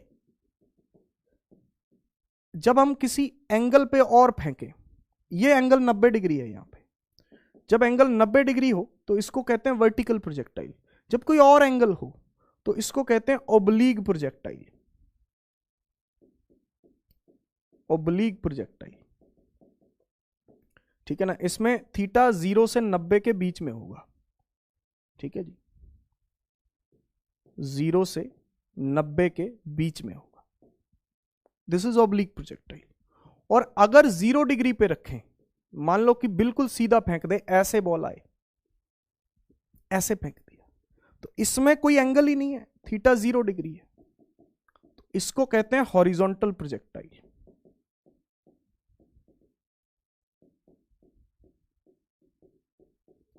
तो इस क्लास में हम क्या करेंगे? ये तो ऑलरेडी डन, ये तो डन है, हो चुका, ये तो मोशन इन स्ट्रेट लाइन में ही हो चुका, motion in a straight line का ही पार्ट है ये, तो वर्टिकल प्रोजेक्टाइल ये दोनों करने हैं, ये दोनों करने हैं। आइए करते हैं, आइए करते हैं। चलो ओब्लिक प्रोजेक्टाइल से शुरुआत करेंगे ऑब्वियसली, ठीक है ना। ओब्लिक प्रोजेक्टाइल में पहले हम क्या लेके चलेंगे, point of projection and point of landing are at the same level. समझाता हूं कि आप जहां से प्रोजेक्ट कर रहे हो और जहां पे बॉल को लैंड करवा रहे हो, बॉल या कोई भी प्रोजेक्टाइल, ठीक है ना, बॉल को किक मारी, किसी दुश्मन देश पे बम फेंका, सब ओब्लिक प्रोजेक्टाइल के उदाहरण हैं। थीटा पॉइंट ऑफ प्रोजेक्शन, यह है पॉइंट ऑफ प्रोजेक्शन, यह है पॉइंट ऑफ लैंडिंग। समझ पा रहे हो? ये नीचे तार थी, मुझे ऐसा लगा सांप सांप आ गया, एकदम से मेरा ध्यान नीचे गया। हाँ हाँ, यू स्पीड, ठीक है। इसके कंपोनेंट्स होंगे कुछ, u x, u cos theta, you y, u sine theta, ठीक है। U cos theta, u sine theta, और ये हाईएस्ट पॉइंट पे ऐसे पहुंच के ये नीचे गिर गया, ठीक है जी, ग्रेट। अब इसमें हम क्या कर सकते हैं वो समझिए जरा। जो कोई भी इसका पाथ है, ठीक है ना, ये ऐसे जा रहा है, ठीक। तो हाईएस्ट पॉइंट पे जब हम वर्टिकली फेंकते हैं किसी चीज को, जब हम वर्टिकली फेंकते हैं तो हाईएस्ट पॉइंट पे वेलोसिटी क्या होती है, 0। यहां पे सिर्फ वर्टिकल वेलोसिटी 0 होती है, हॉरिजॉन्टल वेलोसिटी रहती है पार्टिकल के पास। वी वाई देखो, वी वाई 0, ये यू वाई है इनिशियल वेलोसिटी, यहां पे वी वाई 0 है, वी एक्स रहेगा। एक्चुअल में यहां पे जो एक्सेलरेशन है एक्स डायरेक्शन में है ही नहीं, सिर्फ वाई डायरेक्शन में एक्सेलरेशन है, जो कि ग्रेविटी है नीचे की तरफ। नीचे की तरफ मैं नेगेटिव मान के चल रहा हूं तो इसको माइनस जी लिख, तो एक्स डायरेक्शन की वेलोसिटी कांस्टेंट रहेगी, क्योंकि एक्स डायरेक्शन में कोई एक्सेलरेशन नहीं है, तो एक्स डायरेक्शन की वेलोसिटी ऑलवेज कांस्टेंट, ये फिक्स रहेगी, ये नहीं चेंज होने वाली। बाकी चाहे कुछ भी चेंज हो जाए, ये नहीं चेंज होगा भाई, एक्स डायरेक्शन की वेलोसिटी हमेशा यही रहेगी, यू कॉस थीटा, ठीक। वाई की चेंज होती रहेगी। तो इसमें 3 चीजें निकाली जाती हैं जो मेन तौर पे जरूरत पड़ती है, time of flight, maximum height and range, ठीक है ना। टाइम ऑफ फ्लाइट क्या होता है, टाइम ऑफ फ्लाइट होता है कि जितनी देर के लिए ये बॉल हवा में रही, ठीक है ना। अगर वर्टिकल था, इसका टाइम ऑफ फ्लाइट याद है, 2u/g था, याद है कि नहीं याद। अब मैं इसका दिखाता हूं, देखना रिलेट करूंगा मैं आपके सामने, क्योंकि मैं आपको ना चीजें याद करवाना चाहता हूं, और याद करवाना चाहता हूं समझा के, रट्टा मरवा के नहीं। तो आपको मैं सारी चीजें बताऊंगा साथ साथ कि देखो क्या हो रहा है। मित्रों देखो, देखो मित्रों, तो अब इसमें टाइम ऑफ फ्लाइट क्या है सुनो जरा, ऐसे, ठीक। अब इसमें ध्यान से सुनिएगा, सबसे पहले टाइम ऑफ फ्लाइट हमें निकालना है। एक्स डायरेक्शन में, अब देखो ये मोशन इन 2D तो है, ये motion in a plane, motion in a 2D है, एक्स और वाई अलग अलग है। एक्स डायरेक्शन में इक्वेशन लगा के कुछ हासिल नहीं होगा, क्योंकि एक्स डायरेक्शन में एक्सेलरेशन ही नहीं है।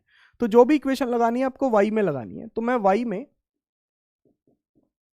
इक्वेशन लगाता हूं ये, ठीक है, वाई में लगा रहा हूं मैं, और यहां से यहां तक लगा रहा हूं, ओ से ए तक मैं मेंशन भी कर देता हूं, और ये O A B, O A B, O A, O A, O A. Tushar Kapoor ji होते हैं गोलमाल में, वो भी ऐसे ही बोलते हैं, ओ ए आ, ए बी, ओ ए, ओ आ, ए आ, ए आ, एकता को ए आ, ए आ। मेरी भी आवाज, अरे अरे सही हो जाए, सही हो जाए, अब सही है, हाँ। ओ ए, ओ से लेके ए तक, ठीक है। तो वी वाई कितना है 0, यू वाई कितना है, यू साइन थीटा, एक्सेलरेशन कितनी है, -g, और टाइम यहां से कैलकुलेट करोगे u sin थीटा बाई जी आ जाएगा। लेकिन ये तो ऊपर जाने का टाइम है, क्या आपको ऊपर जाने का टाइम पता है? अरे अपना नहीं, बॉल का, u sin थीटा बाई जी। तो नीचे आने का भी वही होगा, सिमिट्री है, ओ से ए से बी, ठीक है ना, सेम होगा टाइम। तो टोटल टाइम ऑफ लाइट जो है वो आपका 2u sin थीटा बाई जी हो जाएगा। यहां लिख देता हूं, टोटल टाइम ऑफ लाइट जो है आपका 2u sin थीटा बाई जी हो जाएगा भाई। This is the time of light. ये फॉर्मूला याद करना आपको ऑब्लिक प्रोजेक्टाइल के लिए, ठीक है ना, ऑब्लिक प्रोजेक्टाइल के लिए 2u sin थीटा बाई जी, खत्म बात। और कुछ सोचने की आवश्यकता ही नहीं है, सिंपल है, बहुत क्लियर है, वेरी वेरी क्लियर है। समझ गए भाई? Yes sir, okay.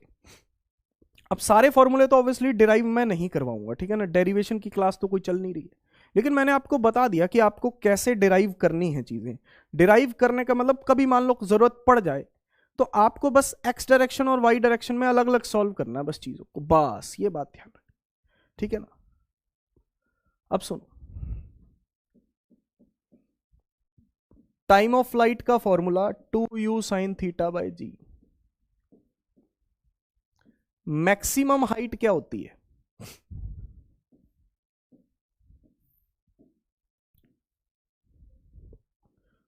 ये मैक्सिमम हाइट होती है इस पॉइंट पे, ठीक है। मैक्सिमम हाइट का फॉर्मूला होता है u square sine square theta by 2g।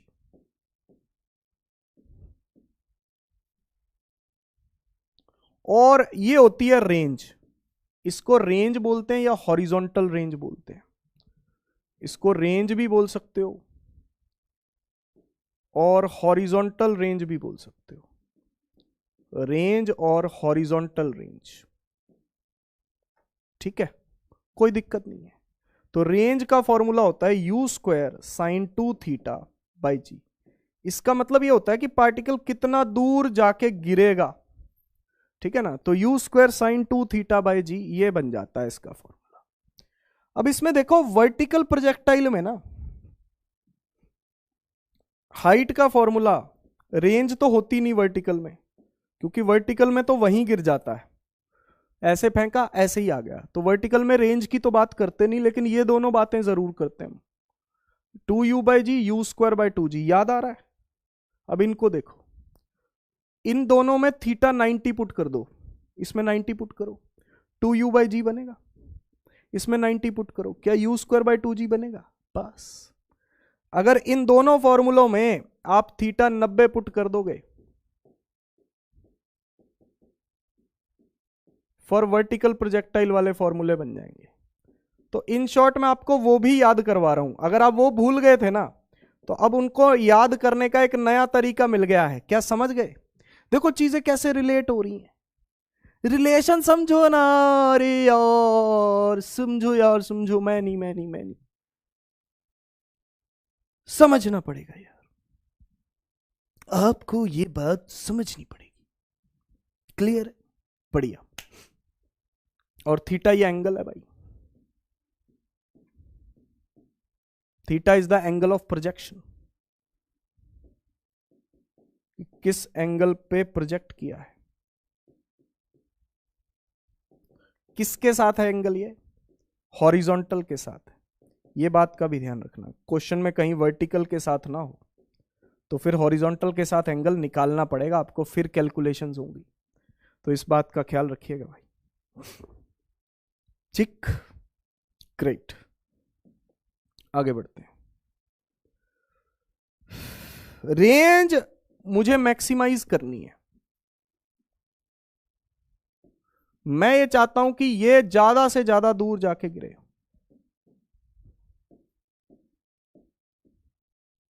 ठीक है ना, रेंज मुझे मैक्सिमाइज करनी है, मैं ये चाहता हूं कि रेंज जो है वो ज्यादा से ज्यादा हो, ठीक है।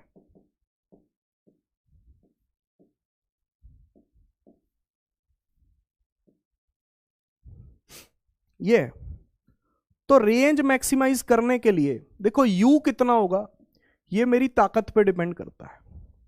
सिंपली मेरी ताकत जो होगी उसके हिसाब से यू होगा। जी ग्रेविटी है, मैं जो चेंज कर सकता हूं वो थीटा चेंज कर सकता हूं, तो थीटा मेरे हाथ में है, थीटा मेरे हाथ में है भाई, ठीक है ना, वो मैं चेंज कर सकता हूं।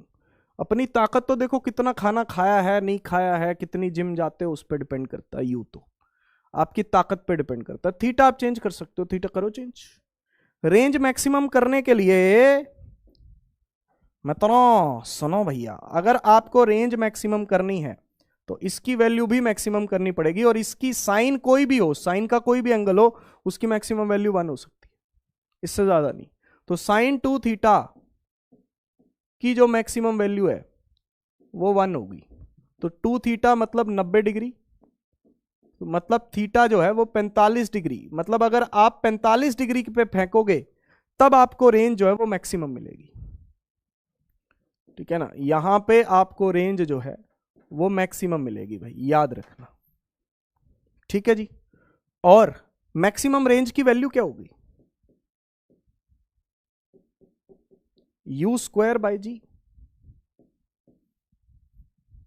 ये देखो u square by g, sine 2 theta 1 हो गया, यू स्क्वायर बाई जी, ये मैक्सिमम रेंज की वैल्यू है। कितने डिग्री पे मिलेगी, 45 डिग्री पे। कितने डिग्री पे मिलेगी, 45 पे मिलेगी भाई, ठीक है ना, इस बात का ख्याल रखिएगा। क्लियर, यस सर, पूरे तरीके से क्लियर है। अच्छा और बात, range is same for complementary angles, range is same for complementary angles.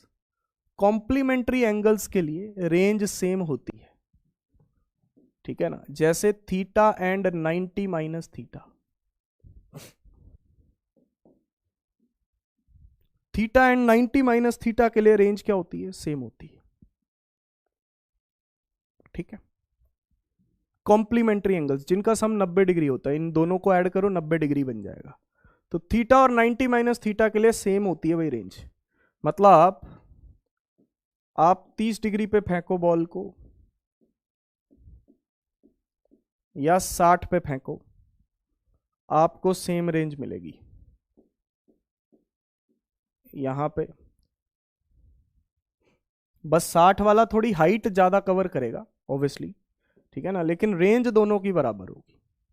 Theta और 90 माइनस थीटा के लिए वो फॉर्मूले में पुट करके आ जाता है, देखो उसमें नहीं जाना चाहता मैं, ठीक है ना, चलो मैं कर देता हूं यार। ये देखो यार, रेंज का फॉर्मूला क्या है, U square sine 2 theta by G, ठीक है। अब मैं मान लेता हूं कि अगर मैं थीटा की जगह 90 माइनस थीटा रख दूं तो रेंज आर डैश आ जाएगी, मान लेता हूं एक बार के लिए, वैसे तो सेम आएगी लेकिन मैं मान लेता हूं। तो साइन 2 और 2 के साथ में 90 माइनस थीटा रखता हूं, ठीक है, साइन 2 थीटा की जगह साइन 2 इंटू 90 माइनस थीटा। अब ये बनेगा साइन 2 मल्टीप्लाई करो अंदर 180 माइनस 2 थीटा बाय जी, और साइन 180 माइनस समथिंग होता है साइन थीटा ही, तो ये साइन 180 माइनस 2 थीटा लिखा है, तो ये बन जाएगा साइन 2 थीटा। तो आप समझ पा रहे हो कि रेंज जो है वो क्या आ रही है, बराबर आ रही है, रेंज जो है वो क्या आ रही है, बराबर आ रही है भाई, आर डैश जो है वो आर के बराबर है, U square sine 2 theta divided by G, और ये है U square sine 2 theta by G, और ये भी है U square sine 2 theta by G. R dash भी बराबर है, आर डैश और आर बराबर है, इस केस में रेंज आपकी जो है वो क्या रहेगी, सेम रहेगी भाई, तो इस बात का आप ख्याल रखिएगा। 45 डिग्री पे मैक्सिमम है और कॉम्प्लीमेंट्री एंगल्स के लिए सेम। सवालों का सिलसिला शुरू हो गया भाई, चलो धिंक चिक्का धिंक चिक्का धिंक चिक्का, सवाल आ गया रे। सवाल क्या है, अरे बताओ ना। If a body A of mass m is thrown with a velocity v at an angle of 30 degree to the horizontal, and another body B of the same mass is thrown with the same speed at an angle of 60 degree with the horizontal, the ratio of horizontal range of A to B will be। एक body है मास m की, 30 degree angle पे फेंकी गई है, velocity v है, ठीक है। एक दूसरी बॉडी है, सेम मास है, thrown with the same speed, speed same है, एंगल 60 डिग्री है हॉरिजॉन्टल के साथ, ठीक है ना। तो रेंज बतानी है, हॉरिजॉन्टल रेंज दोनों की बराबर होगी बेटा, ए और बी की रेंज बराबर होगी, दोनों का रेशो 1 आएगा, कॉम्प्लीमेंट्री एंगल्स है, अभी बताया। मतलब मैं टच भी नहीं करूंगा पेन को टच करना भी गुनाह है, समझ रहे हो। और मास से कोई फर्क नहीं पड़ता, मास अगर ना भी दिए होते ना सेम तो भी कोई फर्क नहीं पड़ता। मुझे एक बात बताओ, रेंज के फॉर्मूले में कहीं मास है नहीं, तो मास से कोई फर्क नहीं पड़ता, ये भी लिख लेना भाई, है ना भाई। इंफॉर्मेशन जो छुपी हुई है वो चीजें निकाल रहे हैं भाई। अभी तक हमने motion in a straight line पढ़ा, मोशन इन अ प्लेन पढ़ा, कहीं पे मास से कोई फर्क नहीं पड़ता। सर फिर कहां पड़ता है फर्क? जब न्यूटन्स लॉज ऑफ मोशन पढ़ेंगे ना तब पड़ेगा फर्क। Force is equals to mass into acceleration, तब पड़ेगा, यहां पे कोई फर्क नहीं पड़ रहा भाई, ठीक है ना। हाँ, relation between range and height, क्या रेंज और हाइट के बीच में कोई रिलेशन है? डिराइव कर लेते हैं, लो चलो आप लोगों के लिए मैं डिराइव कर देता हूं भाई। रेंज और हाइट के बीच में क्या रिलेशन है समझो जरा। रेंज का फॉर्मूला है u square sine 2 theta by G, ठीक है। और हाइट का फॉर्मूला है u square sine square theta by 2g।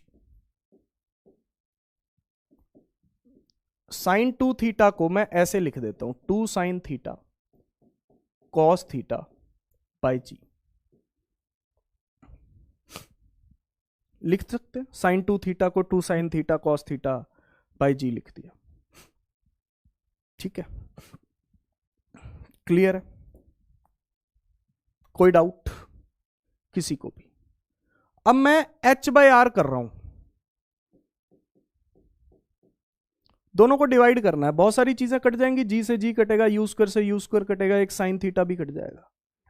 जब मैं ये करूंगा ना तो ये वैल्यू आएगी tan थीटा बाय 4, याद रखना, टीबी स्पेशल, क्योंकि इस पे कई बार डायरेक्ट क्वेश्चंस आएंगे, ठीक है ना। तनुज बंसल स्पेशल, जिन लोगों को नहीं पता टीबी स्पेशल क्या होता है, तो उन लोगों के लिए भी मैंने यहां पे बता दिया रे। h by r tan theta by 4, tan theta by 4, tan theta by 4, tan theta by 4, clear है? ये h बाय आर की वैल्यू है, थीटा पे डिपेंड करती है, तो थीटा के हिसाब से ये चेंज हो जाएगा, याद रहेगा? ओके, सवाल आ गया। The horizontal range and maximum height of a projectile are equal, then the angle of projection is.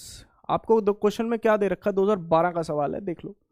Horizontal range और मैक्सिमम हाइट बराबर दे रखे हैं, तो एंगल ऑफ प्रोजेक्शन क्या होगा? देखो अगर आपको ये नहीं पता तो आपको डिराइव करने में टाइम लगेगा, ठीक है ना, लेकिन अब डिराइव करने में कोई टाइम नहीं लगेगा भाई आपको, ठीक है ना। अब आपको जो है डिराइव करने में कोई टाइम नहीं लगेगा, हमने पहले ही मैंने इनको आपको डिवाइड करके दिखा दिया है, ठीक है ना, कि अगर इससे आप डिवाइड करोगे तो आपके पास क्या निकल करके आएगा वो पता है आपको।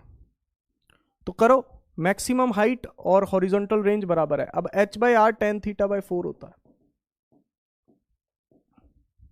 दोनों बराबर है तो दोनों का रेशो 1, तो tan थीटा क्या आ गया 4, तो थीटा क्या आ गया tan इनवर्स 4, खत्म बात। देखो कितनी आसानी से इस चीज से ये सॉल्व हो गई, विडंबना ही सॉल्व हो गई भाई।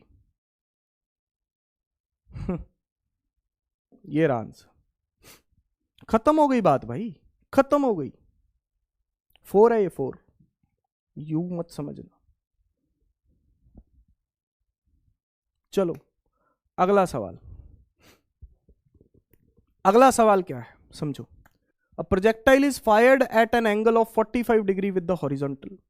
Elevation angle of the projectile at its highest point as seen from the point of projection. चलो ये बहुत अच्छा सवाल है, इसको एज अ होमवर्क रखो, बहुत अच्छा सवाल है, ठीक है ना, गुड क्वेश्चन। थोड़ा सा सोचना, ठीक है ना, मैं नहीं चाहता कि आप अभी करो, थोड़ा सा सोचना, ये सोचना कि ये क्या है, ठीक है ना, ये सोचना, बस ये मेन पॉइंट है इस क्वेश्चन का, ध्यान रखना, ठीक है। सोचना फिर आंसर देना। अगला सवाल, अगला सवाल क्या है देखो जरा।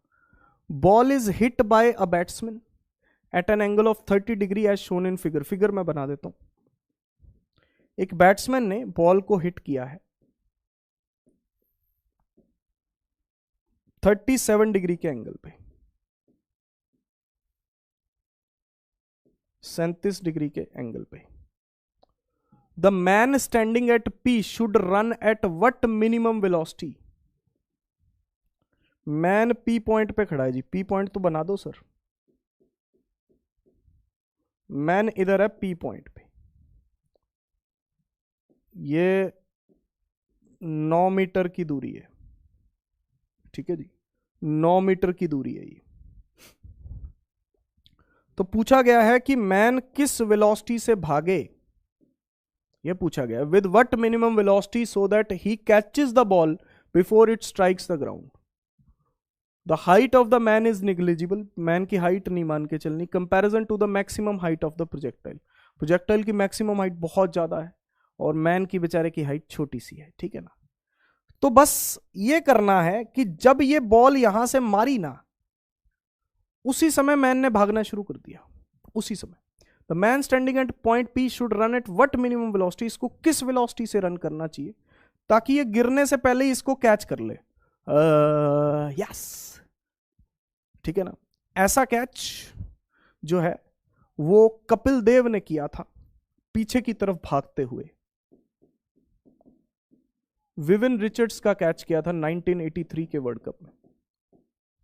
तो बहुत ही मतलब अगर आपने 1983 मूवी देखी है तो उसमें आपको ये चीज जो है वो दिखाई देगी।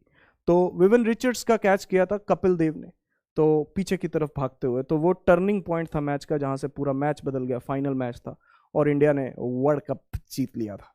तो यहाँ पे जो है आपके पास 37 डिग्री एंगल पे इसको फेंका गया है, ठीक है ना। तो ball is hit by a batsman, assume that the height of the man is negligible, so comparison to the maximum height of the projectile, ठीक है ना। तो मैन की वेलोसिटी जो है आपको बतानी है। इसमें आई थिंक एक चीज मिसिंग है, ये प्रोजेक्शन वेलोसिटी मिसिंग है भाई, ठीक है। ये अभी याद नहीं है मेरे को, तो ये इसको भी एज अ होमवर्क रखते हैं। ये वेलोसिटी अगली बार जो है मैं आपको बता दूंगा, तो फिर ये सवाल सॉल्व हो जाएगा। बेसिकली इसमें करना आपको ये है, मैं तरीका आपको बता देता हूँ। मान लो कि ये u है, ठीक है ना। तो सबसे पहले तो इसका हम टाइम निकाल लेंगे कि कितना टाइम है हमारे पास इसको पकड़ने के लिए। तो टाइम होगा 2u sin theta by G, ठीक है ना, 2u sin थीटा बाई जी। तो कितने टाइम में ये बॉल नीचे गिरेगी, उतना ही टाइम होगा इसके पास भागने के लिए, ठीक है ना। अब यहां पे कितना डिस्टेंस इसने कवर किया है, x कवर किया है सपोज करो, ठीक है ना, that is the distance it has covered. तो x डिस्टेंस कवर किया है, वेलोसिटी v है, और इसको टाइम जो है, इसके पास भी उतना ही टाइम है कि जितनी देर में बॉल नीचे गिरेगी तो इसके पास भी उतना ही टाइम है भागने के लिए। सो x जो है उसको हम v इंटू टी के बराबर जो है वो रख सकते हैं कि भाई ये हमारे पास यहाँ पे आ गया, that is velocity into time, ठीक है ना। तो x हमारे पास 9 मीटर है कि इसको 9 मीटर भागना है, इसकी कोई एक्सेलरेशन नहीं है, पर्सन की कोई एक्सेलरेशन नहीं है, और वेलोसिटी जो है वो आपको यहाँ पे देखनी है। बेसिकली इसका आंसर आई थिंक 5 आता है। तो 5 के हिसाब से अगर हम यहाँ पे चेक करेंगे, so that is 5, that is x is 9 metre, velocity 5, तो टाइम 9/5 सेकेंड्स हो जाता है। तो ये मैं रिवर्स कर रहा हूँ, ठीक है ना। तो टाइम 9/5 अगर यहाँ पे पुट करेंगे तो हमें u भी पता चल जाएगा, हम u पता कर सकते हैं कि कितने से फेंका गया है। तो एक बार पता कर लेते हैं। तो 9/5 2u साइन थीटा साइन 37 होगा 3/5, और g की वैल्यू है यहाँ पे 10, ठीक है ना। ये हम यहाँ पे पुट करेंगे, तो ये चीज हमने यहाँ पे पुट करी, तो इससे आप u निकाल सकते हो। ये 5 से 5 कट गया, ये यहाँ पे हमारे पास 3, ठीक है ना, यहाँ पे हमारे पास ये 5, और u हमारे पास 3 इंटू 5 यानी कि 15 मीटर पर सेकेंड आ जाएगा। तो यहाँ पे 15 मीटर पर सेकेंड से जो है वो इसको फेंका गया होगा, जो कि चीज इस पे यहाँ पे मिसिंग थी। तो ठीक है, तो अब हमें यहाँ पे भी पता चल गया 15 है। तो एक्चुअल में करना क्या था, यहाँ पे 15 गिवन है, तो आप टाइम निकाल सकते हो पहले उससे कि कितने टाइम में ये नीचे गिरेगी। तो उसको नीचे गिरने से रोकना है। डिस्टेंस है, वेलोसिटी है और टाइम है, तो इससे आप जो है वो एक्स पता कर सकते हो या वेलोसिटी पता कर सकते हो, जो भी गिवन हो। अब हम बात करेंगे velocity at any time T, मतलब किसी भी पर्टिकुलर टाइम टी पे अगर हम वेलोसिटी निकालेंगे तो वो क्या आएगी, ठीक है ना, किसी भी पर्टिकुलर टाइम टी पे।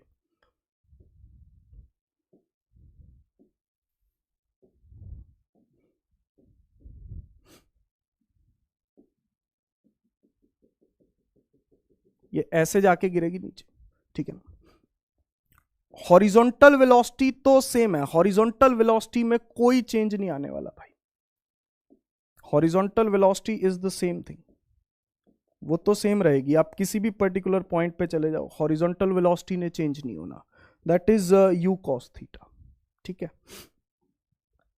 अब बचता है वर्टिकल वेलोसिटी। वर्टिकल वेलोसिटी हर बार चेंज होगी, that is u y. U y initially क्या है आपके पास, यू साइन थीटा है, ठीक है ना।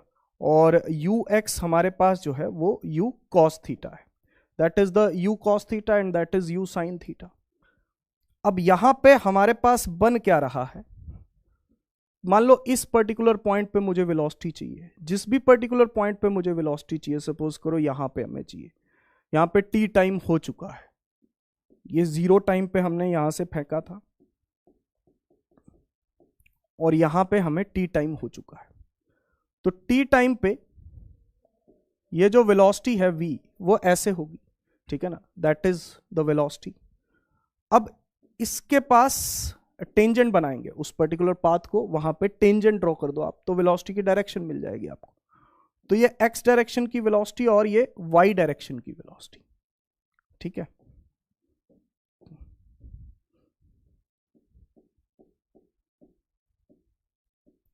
अल्फा है, ठीक है ना, that is the alpha angle, ठीक है ना। तो ये v वेलोसिटी है, ये x डायरेक्शन की वेलोसिटी है, ये y डायरेक्शन की वेलोसिटी है, ये x की है, ये y की है, ठीक है ना।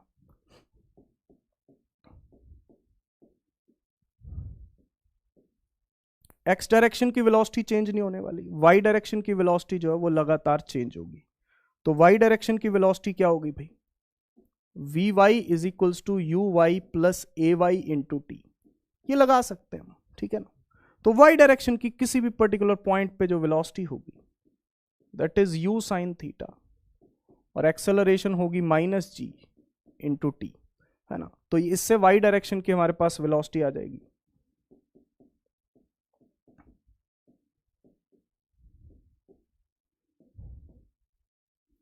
u sine theta minus G T, ये हमारे पास y डायरेक्शन की वेलोसिटी है। ये एंगल चेंज हो जाएगा, ये देखो जस्ट एंगल क्या हो रहा है, हर पॉइंट पे चेंज हो रहा है।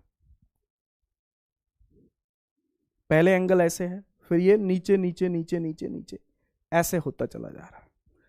तो tan अल्फा अगर आपको किसी भी पॉइंट पे चाहिए तो आपको कुछ नहीं करना, V Y by V X करना है,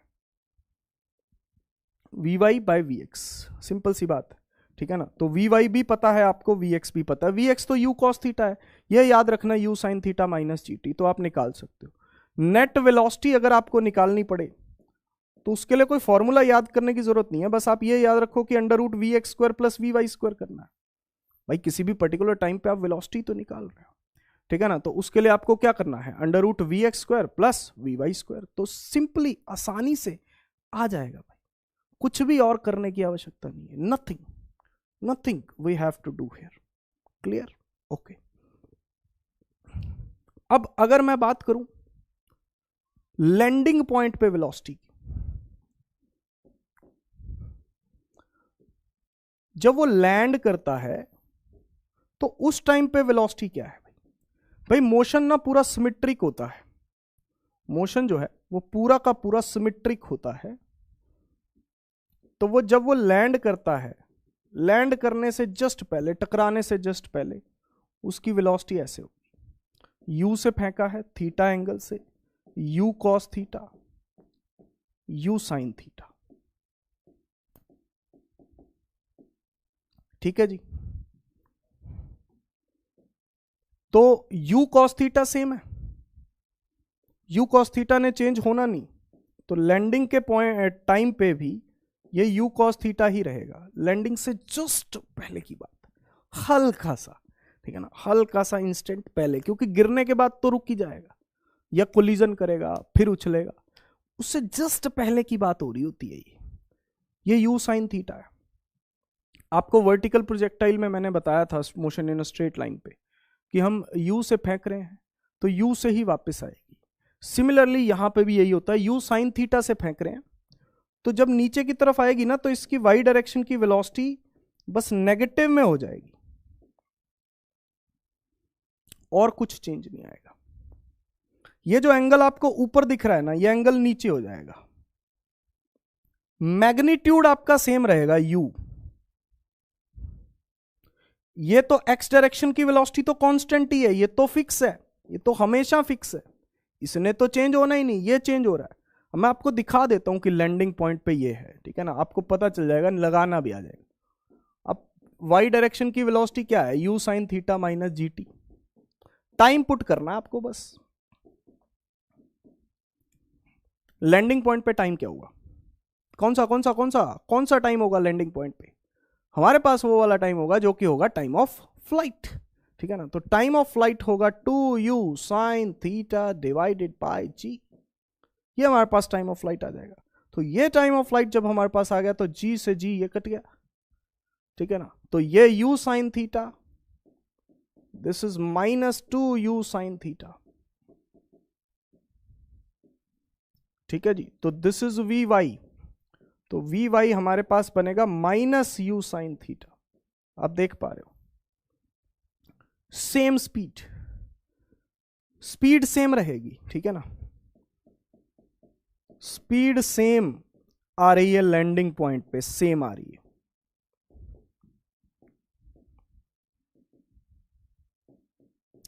वेलोसिटी चेंज हो रही है, वेलोसिटी क्या हो रही है, चेंज हो रही है, स्पीड सेम आ रही है, वेलोसिटी जो है वो लैंडिंग पॉइंट पे डिफरेंट आ रही है। एंगल चेंज हुआ है, ऊपर का नीचे हुआ, बस एंगल चेंज हुआ है, ऊपर का नीचे हुआ है।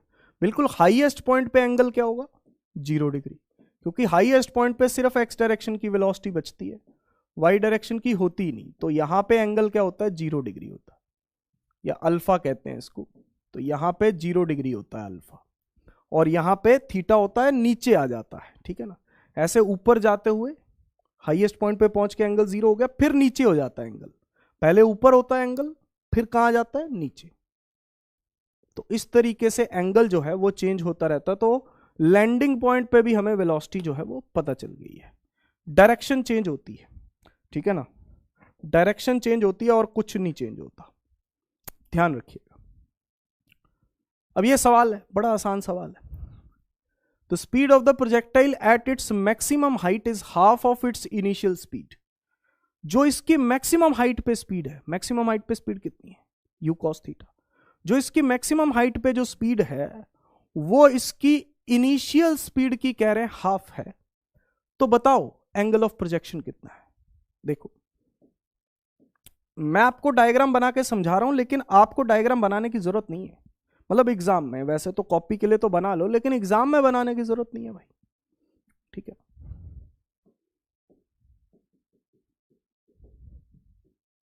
हाईएस्ट पॉइंट पे जो वेलोसिटी है that is u cos theta है, ठीक है ना, सिर्फ, और कोई नहीं है। इनिशियल जो वेलोसिटी है वो u है, एंगल थीटा है। तो u cos थीटा इन्होंने क्या रखा है, इनिशियल वेलोसिटी का हाफ है। तो u cos थीटा u/2 है, बस काम खत्म, u से u कट गया, cos थीटा 1/2, तो theta is equals to 60 degree. बेहद आसान क्वेश्चन, मतलब बच्चों वाला सवाल है भाई, बिल्कुल इससे आसान सवाल क्या ही आएगा। हाईएस्ट पॉइंट पे आपसे वेलोसिटी जो है वो पूछी गई है, और मतलब हाईएस्ट पॉइंट पे जो आपको वेलोसिटी दी है वो इनिशियल वेलोसिटी की आधी दी, ठीक है जी। तो सिंपल सी बात है, आपको वहां पे तो डायग्राम बनाने की जरूरत नहीं है, दिमाग में सोचो हाईएस्ट पॉइंट पे u cos थीटा, ये u/2 के इक्वल u कट गया, cos theta 1/2, theta 60 degree. Calculation fast करनी है, अपनी समझ का दायरा बढ़ाना है, समझ जल्दी आए ये कोशिश करनी है। और एग्जाम में देखो एग्जाम में क्वेश्चन तभी जल्दी होगा जब होमवर्क करते वक्त आप ज़्यादा टाइम लगाओगे। अगर आप होमवर्क करते वक्त कम टाइम लगाओगे तो एग्जाम में ज़्यादा लगेगा, इनवर्सली प्रोपोर्शनल होते हैं। तो होमवर्क करते वक्त जल्दबाजी नहीं दिखानी, जल्दबाजी एग्जाम में होगी, लेकिन वो जल्दबाजी नहीं कहना चाहिए उस वर्ड को, हमें ये कहना चाहिए कि हमें जल्दी से चीज़ें सही तरीके से सॉल्व करनी, और वो अपने आप स्पीड जो है वो मेंटेन होने लगती है अगर आप घर पे अच्छे से मेहनत कर रहे हो तो, ठीक है ना। धीरे धीरे स्पीड जो है बढ़ती जाती है, स्पीड डेवलप होने में टाइम लगता है, लेकिन मेन बात यह कि एक्यूरेसी आपकी होनी चाहिए। अगर आपने 45 क्वेश्चन है आपके एग्जाम में, तो सपोज करो अगर आपने 15-20 गलती कर दिए तो फिर सेंस नहीं बनता उस बात का, ठीक है ना, फिर आप सिलेक्शन से काफ़ी दूर हो जाते हो। तो ये बात का आप ख्याल रखिएगा कि भाई फिज़िक्स में अच्छी स्कोरिंग करनी है। अगर आपको गवर्नमेंट कॉलेज मिलेगा या प्राइवेट कॉलेज मिलेगा, ये इस बात पे डिपेंड करता है आपकी फ़िज़िक्स कैसी है, फ़र्क है ये। अगर मैं आपसे बात करूं कि private college and government college का जो फ़र्क है वो फिज़िक्स ही है। अगर आपकी फ़िज़िक्स बेस्ट है, क्योंकि बाकी दोनों तो हो जाते हैं, मतलब जो मेहनत करने वाले लोग हैं तो वो कर लेते हैं इनको, ये अक्सर माना जाता है कि अगर आप मेहनती हो, पढ़ते रहते हो, तो बाकी बायो केमिस्ट्री आपका हो जाएगा। यहाँ पे फ़र्क जो है वो फिज़िक्स डालेगा आपके रैंक पे। मतलब बाकी दोनों भी करने हैं ऑब्वियसली, बायो तो मोस्ट इम्पॉर्टेंट है क्योंकि आधी वेटेज तो उसी की है, ठीक है ना। मेन सब्जेक्ट तो आपका वही है, ठीक है ना। वो उसमें 300 से ज़्यादा नंबर जनरली मेहनत करने वाले बच्चे ले आते हैं, और आपकी अगर तैयारी पूरी हो गई तो आप भी ले आओगे, ठीक है ना, उसमें डाउट नहीं है। डाउट इधर आता है कई बार मेहनत करने के बावजूद फिजिक्स गलत हो जाती है, तो इस बात का ख्याल रखिएगा। तो ध्यान ये रखना है कि आपको नोट्स बनाने हैं। बहुत सारे लोगों के मन में ये सवाल रहेगा कि पीडीएफ तो मिल ही जाती है, ठीक है ना। पीडीएफ नोट्स नहीं है भाई, वो आपके नोट्स नहीं है, वो तो मेरे लिखे हुए नोट्स हैं। आपको नोट्स बनाने हैं। अगर आपके पास बहुत ही कम टाइम है, ठीक है ना, नोट्स वैसे तो अपने बनाने हैं, तो फिर आप स्किप करने का सोच सकते हो, लेकिन this is not a good option. इसको ना ही रखो तो बेटर है, नोट्स अपने ही बनाओ। और उसके अलावा हर चैप्टर जब खत्म होता है तो उसके शॉर्ट नोट्स बनाएं चैप्टर एंड में। चैप्टर एंड में जब आप उसका रिवीजन कर रहे होंगे तो आप उसके शॉर्ट नोट्स जरूर बनाएं, या साथ साथ बना लें। एक लेक्चर देखा, उसके short notes, basically short notes वो हो गए कि 3 या 4 पेज में या 2 या 3 पेज में, डिपेंडिंग अपॉन द चैप्टर। कोई चैप्टर बड़ा होगा, कोई चैप्टर छोटा होगा, तो आपका पूरा चैप्टर आ जाए उसमें, ठीक है ना। तो पूरा चैप्टर आ जाए तो वो आपको जो है यहाँ पे देखना है कि भाई चैप्टर एंड में शॉर्ट नोट्स बनाने हैं, या साथ साथ में भी आप उसको कर सकते हैं।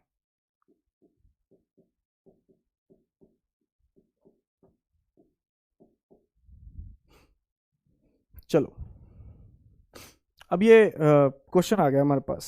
क्वेश्चन क्या है? The velocity of the projectile at initial point A is 2i + 3j, then the velocity at the point B is. Actual में डायग्राम है इस क्वेश्चन की, प्रीवियस ईयर क्वेश्चन है 2013 का, बेहद आसान क्वेश्चन। ए पॉइंट पे वेलोसिटी दी हुई है, बी पॉइंट पे पूछी हुई है। बी पॉइंट एक्चुअल में लैंडिंग पॉइंट है। ए पॉइंट पे ऐसे है, बी पॉइंट पे ऐसे जाएगी। कौन से वाली चेंज होती है वेलोसिटी? एक्स वाली तो चेंज होती नहीं, 2i का 2i रहेगा। तो 2i कहाँ पे है? इन दोनों में 2i है। ये सी और डी नहीं हो सकते, इसमें माइनस कर दिया इन्होंने। ए और बी हो सकते हैं, इसमें जे वाली माइनस में हो जाती है क्योंकि ऐसे नीचे जा रहा है, तो जे वाली जो 3j है ये -3j हो जाएगी बस। तो यही आंसर है ए, ठीक है ना। ये गलत हो गया कि 3j प्लस में नहीं हो सकता बी पॉइंट पे, क्योंकि डायरेक्शन क्या हो रही है वेलोसिटी की? चेंज हो रही है, ठीक है। अब बात करेंगे हम इक्वेशन ऑफ ट्रेजेक्टरी की, लेकिन पानी पी लेते हैं उससे पहले।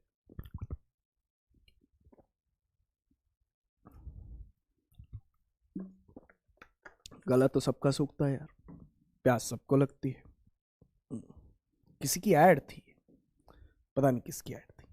तो इक्वेशन ऑफ ट्रेजेक्टरी हम यहां पे डिस्कस कर रहे हैं कि इक्वेशन ऑफ ट्रेजेक्टरी क्या है।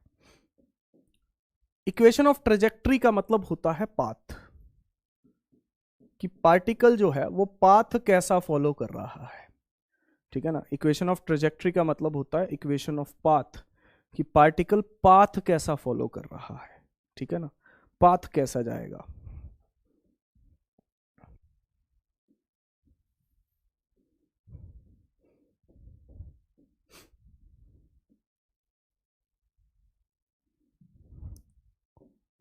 ठीक है ना, ये चीज है, पाथ कैसा है, इस पाथ को बोलते क्या है और इस पाथ की इक्वेशन क्या है।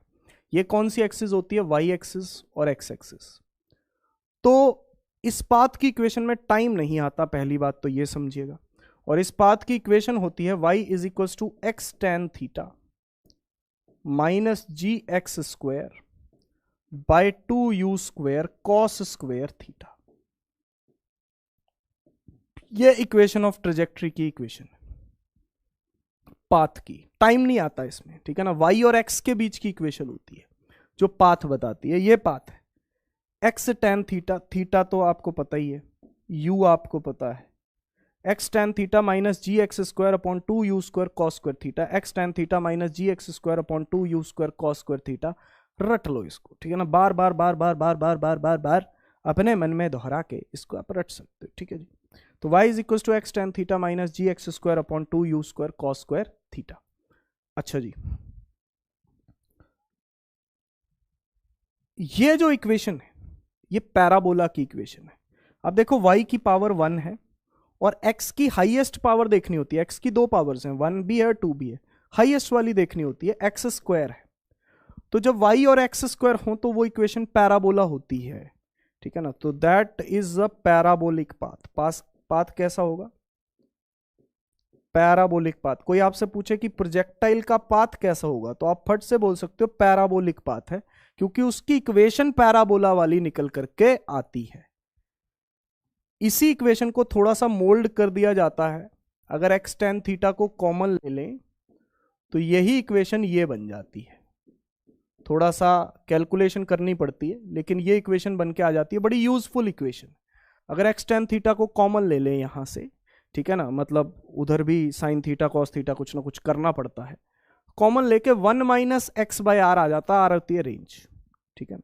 तो अगर आप एक्स टेन थीटा को कॉमन ले लेते हो तो आपके पास वहां पे अंदर जो आएगा वो 1 माइनस एक्स बाय आर आएगा। ये फॉर्मूला यूजफुल होता है आपका डायरेक्ट जो है वो रेंज निकालने के लिए, ठीक है ना, रेंज निकालने के लिए वो फॉर्मूला यूजफुल होता है, ठीक है।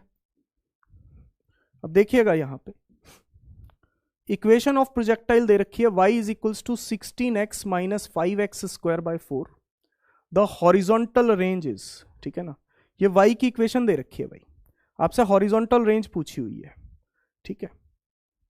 अब इससे अगर आपसे टेन थीटा पूछा जाता तो एक्स टेन थीटा ये तो 16 है। अब रेंज निकालने के लिए ना सीधा सीधा मैं ये शॉर्टकट लगाता हूं, ठीक है ना, कंपैरिजन ही तो करना है। तो y is equals to 16x minus 5x square by 4, ठीक है। हॉरिजॉन्टल रेंज आपसे पूछी गई है, तो जब आपसे हॉरिजॉन्टल रेंज पूछी गई 16x को कॉमन ले लो, इधर तो 1 बच जाएगा, ठीक है ना, इधर 1 बच जाएगा। x कॉमन लिया मैंने, ठीक है ना, x कॉमन लिया है। एक काम करो, मुझे 16, एक और तरीका बताता हूं फिर दूसरा तरीका बताऊंगा।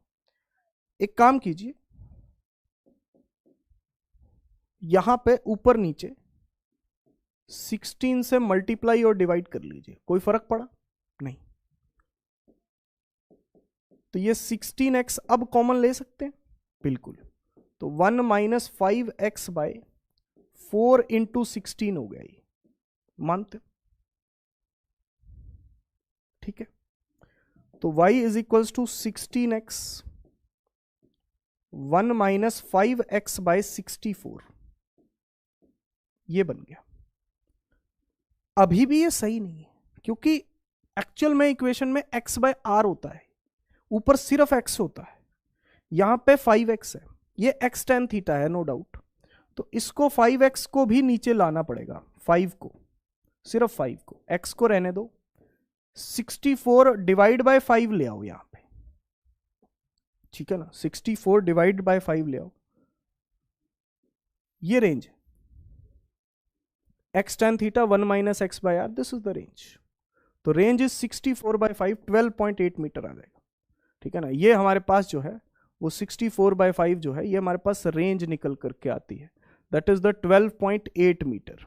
ठीक है ना, 12.8 मीटर जो है ये हमारे पास, that is the range of this particular thing.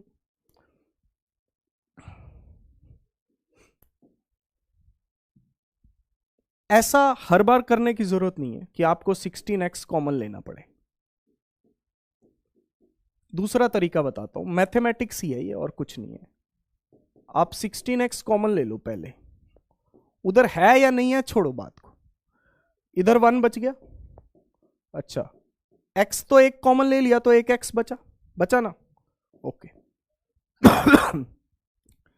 एक x कॉमन लेके यहां पे x बचा, 16 तो यहां पे था ही नहीं सर, कॉमन कैसे ले लिया आपने, नहीं था ना, बस कोई बात नहीं, जो नहीं था ना कॉमन उसको डिवाइड में लिख दो, बस अपने आप बैलेंस हो गई वो चीज। देखो चीज तो यही बनी है, 16x नहीं था ना कॉमन, मैंने जबरदस्ती कॉमन लिया तो वो डिवाइड कर दो। 16 नहीं था ना तो 16 डिवाइड में लिख दो उधर, बस बात खत्म, एक ही बात है, देख लो, that is all together the same thing. तो रेंज हमारे पास आ गई भाई, ध्यान से देख लो, ये दूसरा मेथड है उस चीज को समझने का, उस चीज को अंडरस्टैंड करने का, ये एक दूसरा मेथड है हमारे पास। एक बात और भाई, आज का लेक्चर हम लंबा खींचेंगे, ठीक है ना, क्योंकि जरूरत है आज हमें चीजें करनी है, हमें चीजें अंडरस्टैंड भी करनी है और अच्छे से भी करनी है, ठीक है ना, हाँ, तो लंबा खींचेंगे लेक्चर जो है, so that is necessary to do the things easily. Alternate way क्या है अंडरस्टैंड करने का, वो मैं आपको बताता हूं, एक अलग तरीका चीजों को अंडरस्टैंड करने का। जो हमने लिखा, ध्यान से समझना इस चीज को, ठीक है ना, u है, एंगल थीटा है, ये ux है, u cos थीटा,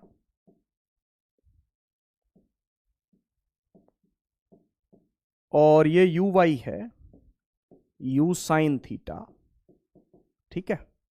तो टाइम ऑफ फ्लाइट का जो फॉर्मूला है वो 2u sin theta by G है, ठीक है ना, ये 2u sin theta by G है। तो u sin थीटा uy लिख सकते हो आप इसको, तो टाइम ऑफ फ्लाइट को 2uy बाय जी लिख सकते हो क्या, बोलो, u sin थीटा की जगह uy लिख दो, बात खत्म। तो टाइम ऑफ फ्लाइट जो है वो y डायरेक्शन की वेलोसिटी पे डिपेंड कर रहा है। देखो हाइट को देखो जरा, u square sine square theta by 2g, sine u square sine square theta है, मतलब u साइन थीटा का होल स्क्वायर है, ये मतलब uy का होल स्क्वायर है। तो हाइट जो है वो uy का होल स्क्वायर बाय 2g है एक्चुअल में, समझ पा रहे हो। वर्टिकल प्रोजेक्टाइल याद है, u square by 2g, u square by 2g, यहां पे uy का स्क्वायर बाय 2g है, समझ गए।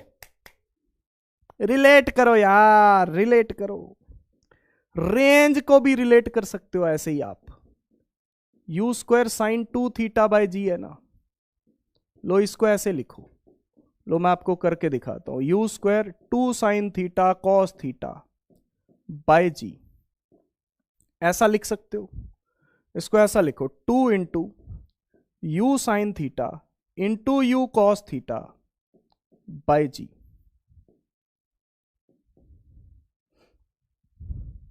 सही है। u sine theta you Y हो गया, u cos theta U X हो गया, तो ये रेंज बन गई 2ux यू वाई बाई जी। एक बात का ध्यान रखना, जो रेंज है ना वो दोनों वेलोसिटीज पे डिपेंड कर रही है, और जो हाइट और टाइम ऑफ फ्लाइट है वो सिर्फ वाई डायरेक्शन की वेलोसिटी पे डिपेंड कर रहे हैं, इस चीज को जरूर मद्देनजर रखना। जो टाइम ऑफ फ्लाइट और हाइट है वो सिर्फ वाई डायरेक्शन की वेलोसिटी पे डिपेंड कर रहा है, और रेंज जो है वो दोनों वेलोसिटीज पे क्या कर रही है, डिपेंड कर रही है। बोलो मित्रों, समझ में आया? अरे बोलो भैया, हाँ, वाह क्या सीन है, वाह क्या सीन है। चलो सवाल आ गया फिर आपके सामने सवाल आ गया, देखते हैं। ये एक ऑल्टरनेट वे है सोचने का, बस और कुछ नहीं है, ठीक है ना। ऑल्टरनेट तरीका बताया मैंने रेंज टाइम ऑफ फ्लाइट को सोचने का। दो ऑब्जेक्ट्स हैं thrown up with an angles of 45 degree and 60 degree respectively with the horizontal. If both objects obtain same vertical height, then the ratio of magnitude of velocities with which these are projected. देखो यार,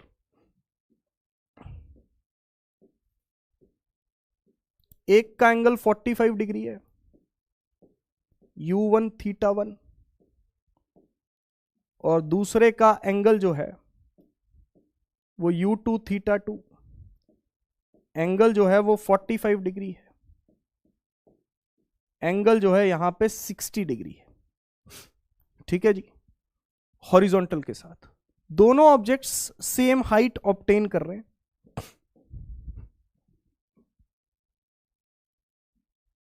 ये question में given है. ठीक है, the ratio of magnitude of velocities with which are projected, u1 u2 का ratio बताना. Height दोनों की सेम है. अब देखो, हाइट जो होती है ना वो y डायरेक्शन की वेलोसिटीज पे डिपेंड करती है. ठीक है ना, height is proportional to u y का स्क्वायर. तो हाइट सेम है तो इसका मतलब यू वाई भी दोनों का सेम है. इसका मतलब दोनों की y डायरेक्शन की वेलोसिटी सेम है भाई, दोनों की y डायरेक्शन की वेलोसिटी सेम है. बस कर दो. तो इसका मतलब देखो कितनी आसानी से हो गया. u1y u2y दोनों बराबर, 1 की y डायरेक्शन में velocity u1 sign theta 1 and u2 sign theta 2. बस दोनों का रेशो करना है. पहले कौन सा वाला लिखा, 45 वाला, फिर 60 वाला. तो रेशो में u1 बाई u2 आएगा, sine theta 2 by sine theta 1. तो sine 60 by sine 45, sine 60 by sine 45, ये हमारा रेशो जो है वो बन जाएगा. साइन 60 कितना है, √3/2, और साइन 45 1/√2. ठीक है, अब कुछ लोगों को ये समझ में नहीं आएगा. √3 इंटू √2, ये जो नीचे 2 लिखा है ना, इसको √2 इंटू √2 लिख दो. लिख लोगे? बोलो भाई मेरे, लिख लोगे? ये कट गया तो ये कितना आया, √3/2. कहां है, कहां है, कहां है? डी ऑप्शन, √3/2, ये ऑप्शन है भाई आपका. क्या बात समझ में आ गई? क्या क्लैरिटी आ गई? थॉट में क्लैरिटी आई कि नहीं आई? बोलो मेरे भाई, क्या थॉट में क्लैरिटी आई? समझ गए ना भाई, समझ गए? ग्रेट. चलो होमवर्क.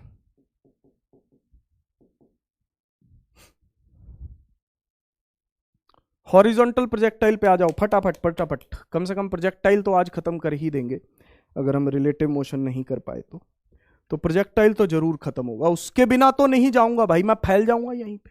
सच बता रहा हूं, फैल जाऊंगा मैं. हाँ, projectile, horizontal projectile. Horizontal projectile में बॉल को पहली बात किसी हाइट से फेंका जाता है. ठीक है, और हॉरिजॉन्टली फेंका जाता है बिना किसी एंगल के. ठीक है ना, बिना किसी एंगल के हॉरिजॉन्टली फेंका जाता है. ठीक है जी, थीटा 0 होता है और x डायरेक्शन की वेलोसिटी u, और ये नीचे जाके ऐसे यहां पे गिर जाता है. y डायरेक्शन में इनिशियली कोई वेलोसिटी नहीं होती.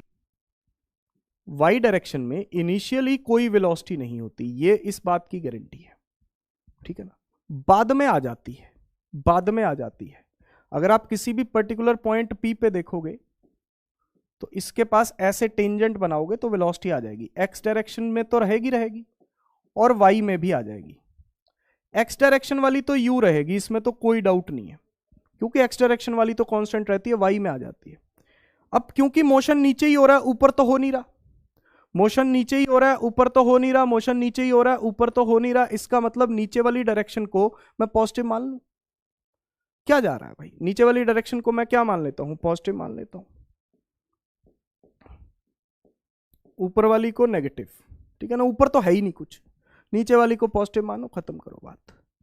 सबसे पहले टाइम ऑफ फ्लाइट निकालो. हाइट निकालते नहीं है यहां पे, हाइट तो पता ही है, पहले से ही नोन है. मैक्सिमम हाइट तो पहले से ही पता है, ये मैक्सिमम हाइट ही है।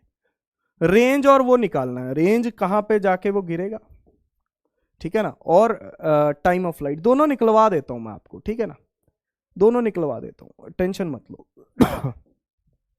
देखो टाइम ऑफ फ्लाइट के लिए वाई डायरेक्शन में इक्वेशन लगाओ, s y u y t plus half a y t square,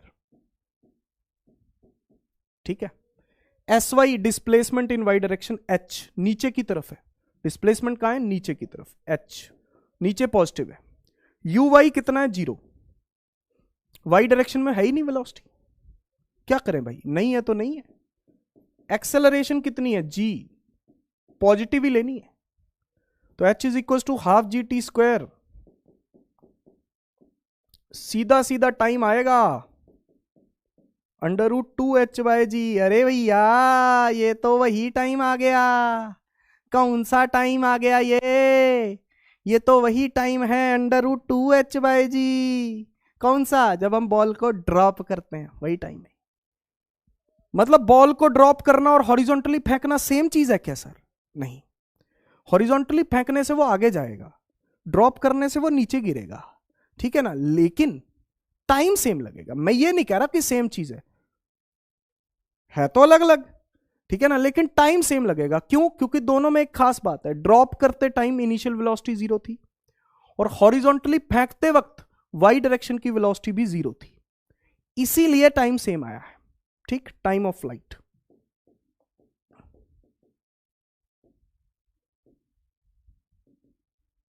अब रेंज निकालने के लिए ज्यादा कुछ नहीं करना, रेंज कौन सा डिस्टेंस है, एक्स वाला, रेंज कौन सा डिस्टेंस है भाई, एक्स वाला डिस्टेंस है, तो रेंज के लिए बस ux इंटू टी करना है बस। एक्स डायरेक्शन में कोई एक्सेलरेशन तो है नहीं, ठीक है ना, तो बस u इंटू टी, तो u इंटू √2h/g, तो दैट इज द रेंज, ठीक है ना, ये आपके पास रेंज आ जाएगी। किसी भी पर्टिकुलर टाइम टी पे आपको वेलोसिटी निकालनी है, सारी चीजें यहां पे निकाल देता हूं भाई मैं एक ही स्लाइड में, क्योंकि इसके लिए सब कुछ आसान है बेटा। टाइम ऑफ फ्लाइट हो गई, रेंज हो गई, हाइट हो गई, हाइट तो गिवन है, ये एंगल अल्फा मान लेते हैं, शुरुआत में एंगल कितना है, 0, बाद में नीचे आ रही है, कुछ तो एंगल बन गया ना, ओके। एक्स डायरेक्शन की वेलोसिटी तो कांस्टेंट है, ये तो कांस्टेंट है। वाई डायरेक्शन की वेलोसिटी क्या आएगी, v y is equal to u y plus a y into t, u y 0 a y g into t, तो वी वाई जी टी आ गया भाई, वी वाई जी टी आ गया बस। तो अगर नेट वी निकालना है तो √vx² प्लस vy²। अब हर एक के लिए फॉर्मूला याद करने की कोई जरूरत नहीं है भाई, पर पता होना चाहिए करना क्या है उस सिचुएशन में। tan अल्फा हो निकालना हो तो क्या करना है, vy/vx करना है बस, ठीक है ना। इक्वेशन ऑफ ट्रेजेक्ट्री क्या होती है इसमें, y is equal to gx²/2u²। कुछ कुछ उससे मिलती है, उसकी क्या होती है, y is equal to x tan theta minus gx²/2u² cos² theta, कुछ कुछ उससे मिलती जुलती है, ठीक है ना। ये भी पैराबोला ही होता है, ये पाथ भी पैराबोलिक ही होता है। इक्वेशन ऑफ ट्रेजेक्ट्री यहां पे भी पैराबोला ही आती है। सारी चीजें लिखती हैं बेटा मैंने, सारी की सारी चीजें लिखनी है जो उसमें बनाई थी वो हमने यहां पे भी बना दी, बस उसमें थोड़ा सा ज्यादा डिटेल में थी क्योंकि वो थोड़ा सा कॉम्प्लिकेटेड होता है। इसमें चीजें आसान हो जाती हैं, क्यों आसान हो जाती हैं, क्योंकि थीटा 0 है, ठीक है ना, तो ज्यादा कोई पंगे होते नहीं है इसमें। सवाल आ गया आपके सामने, सवाल है 2002 में आया हुआ सवाल है, पढ़ लीजिए भैया, सॉल्व कर लीजिए। मैं आपको पहले ही बताता हूं, कोई भी सवाल अगर आप सॉल्व करते हो, पानी पी रहा हूं मैं, कोई भी सवाल अगर आप सॉल्व करते हो तो पहले पॉज करो फिर मेरा सोल्यूशन देखो भाई, पहले पॉज करो फिर मेरा सोल्यूशन देखो, फिर फायदा है, वरना कोई फायदा नहीं है। A particle A is dropped from a height and another particle B is projected in horizontal direction with a speed of 5 meters per second from the same height. Then the correct statement is, particle A को एक height से drop किया गया है और दूसरे particle को horizontal direction में प्रोजेक्ट किया गया है 5 मीटर पर सेकंड की स्पीड से। सेम हाइट से। तो पूछा गया कौन सा पार्टिकल जल्दी पहुंचेगा, अरे अभी तो बताया, एक पार्टिकल कह रहे हैं ड्रॉप किया गया h हाइट से, और दूसरे पार्टिकल को फेंका गया हॉरिजॉन्टली 5 मीटर पर सेकंड से, तो वो आगे जाके गिरेगा। सेम हाइट है, अरे टाइम √2h/g होता है दोनों का। कहां है, यही सी ऑप्शन। खत्म खत्म, आगे बढ़ो। हॉरिजॉन्टल प्रोजेक्टाइल में यही था। ऑब्लिक प्रोजेक्टाइल पे आ जाओ। हॉरिजॉन्टल प्रोजेक्टाइल के क्वेश्चंस जो हैं बड़े आसान हैं, जो मैं निकाला है बस उसी पे वैल्यूज पुट कर दो, क्वेश्चन बन जाते हैं। ऑब्लिक प्रोजेक्टाइल, ऑब्लिक प्रोजेक्टाइल क्या है सर, अरे बता रहे हैं। ऑब्लिक प्रोजेक्टाइल, अरे बता तो दिया था सर, पूरा थोड़ी बताया था। Where point of projection and point of landing are not at the same level. अब point of projection and point of landing same level पे नहीं होंगे। मान लो एक बिल्डिंग है, आपने बिल्डिंग की छत से u वेलोसिटी से किसी को फेंका है, ठीक है ना, बिल्डिंग की छत से u वेलोसिटी से आपने किसी को फेंका है बॉल को थीटा एंगल पे। अब पॉइंट ऑफ लैंडिंग जो है ना वो ये है,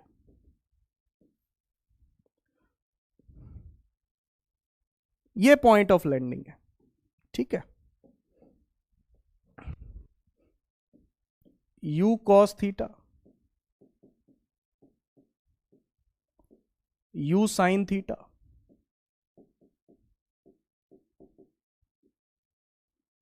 ठीक है, ऐसे गिर जाएगा। ये रेंज है, प्रोजेक्टाइल की रेंज है। अब इसमें वो वाले फॉर्मूले नहीं लगेंगे, ठीक है।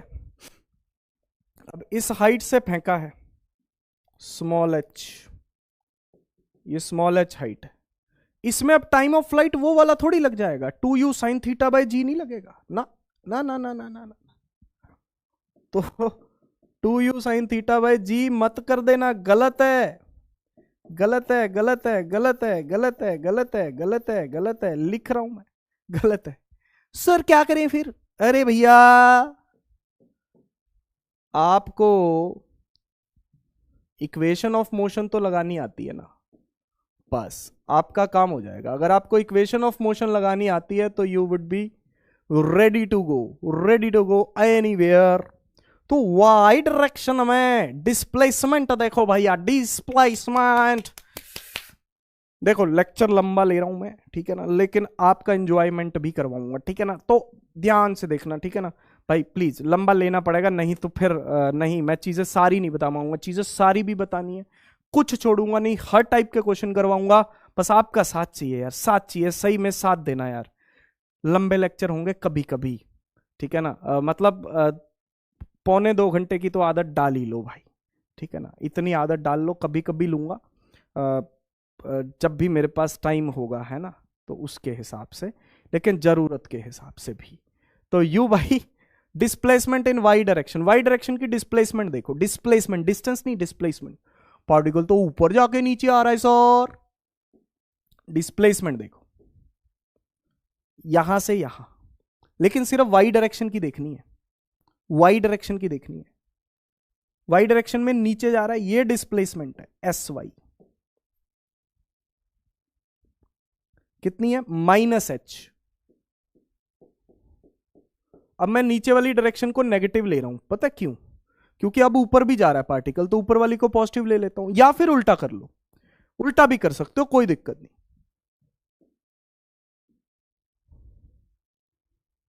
अभी टूं की आवाज आ रही है इस रूम में, कंप्यूटर के चलने की आवाज है, उसका फैन चल रहा है,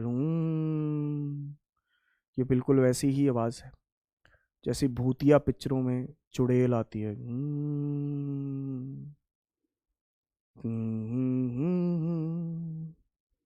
चौकीदार होता है एक, लालटेन लेके खड़ा होता है, चले जाओ यहां से, चले जाओ यहां से, वो भूतनी तुम्हारा कुछ भी बिगाड़ सकती है, कुछ नहीं बचेगा, कोई नहीं बचेगा। पर मेरे को ये समझ में आता उस फिल्म में चौकीदार कैसे बचा रहता था, जो हमेशा भूतनी के साथ रहता था। Minus H U sine theta, you y u sine theta into T time of flight, capital T लिख दो इसे। एक्सेलरेशन माइनस जी इंटू टी स्क्वायर। टाइम निकाल लेना, फॉर्मूला याद नहीं रखना, फॉर्मूला याद नहीं रखना, टाइम ऑफ फ्लाइट आ जाएगा, बस ये ध्यान रखना है। रेंज, एक्स डायरेक्शन में कोई एक्सेलरेशन नहीं है, एक्स डायरेक्शन की वेलोसिटी कांस्टेंट है, तो बस यू एक्स इंटू टी करना है। जो भी यू एक्स हो उसको टी से मल्टीप्लाई कर देना। ये क्वाड्रेटिक इक्वेशन है भाई, ठीक है ना, याद मत रखो, बस ये देखो लगाया कैसे, याद नहीं रखना कुछ। मैक्सिमम हाइट अगर देखो यहां से काउंट करते हो तो you square sine square theta by 2g है, वो लगा सकते हो मैक्सिमम हाइट का, लेकिन वो भी तब लगा सकते हो जब यहां से काउंट कर रहे हो। नीचे से काउंट कर रहे हो तो स्मॉल एच ऐड करना पड़ेगा, small H plus capital H. अगर ग्राउंड से कर रहे हो तो, अगर ग्राउंड से कर रहे हो तो small H plus capital H होगा, ठीक है जी, ये बात का ध्यान रखिएगा। और तो चलो कोई दिक्कत नहीं। सवाल आ गया, figure shows a projectile thrown with a speed of 20 metre per second at an angle of 30 degree with the horizontal from the top of a building 40 meter high, then the horizontal range of the projectile is, figure बना देता हूं, shows a projectile thrown with a speed of 20 meter per second and at an angle of 20 degree, नहीं 30 degree with the horizontal। देखो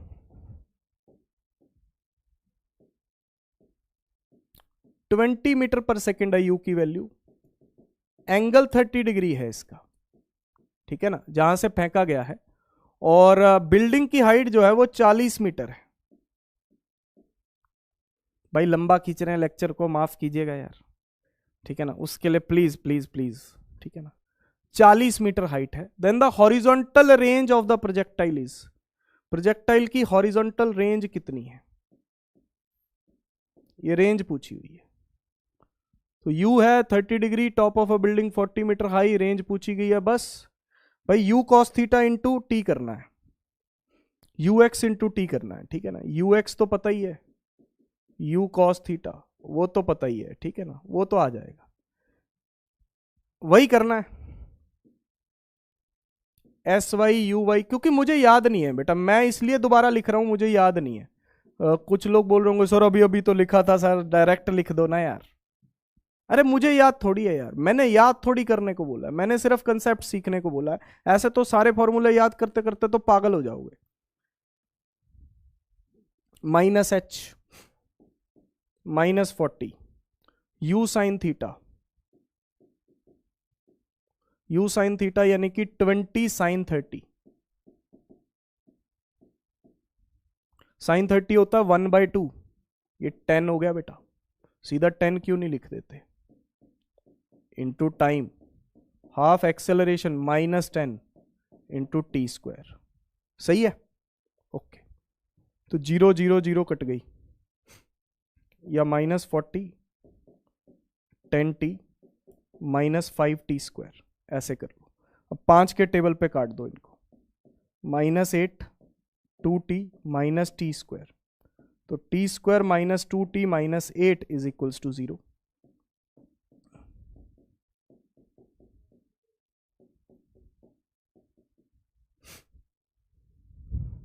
तो t minus 4 plus 2 t minus 4, तो इससे time की एक वैल्यू तो नेगेटिव आ जाएगी -2, वो तो नहीं लेनी।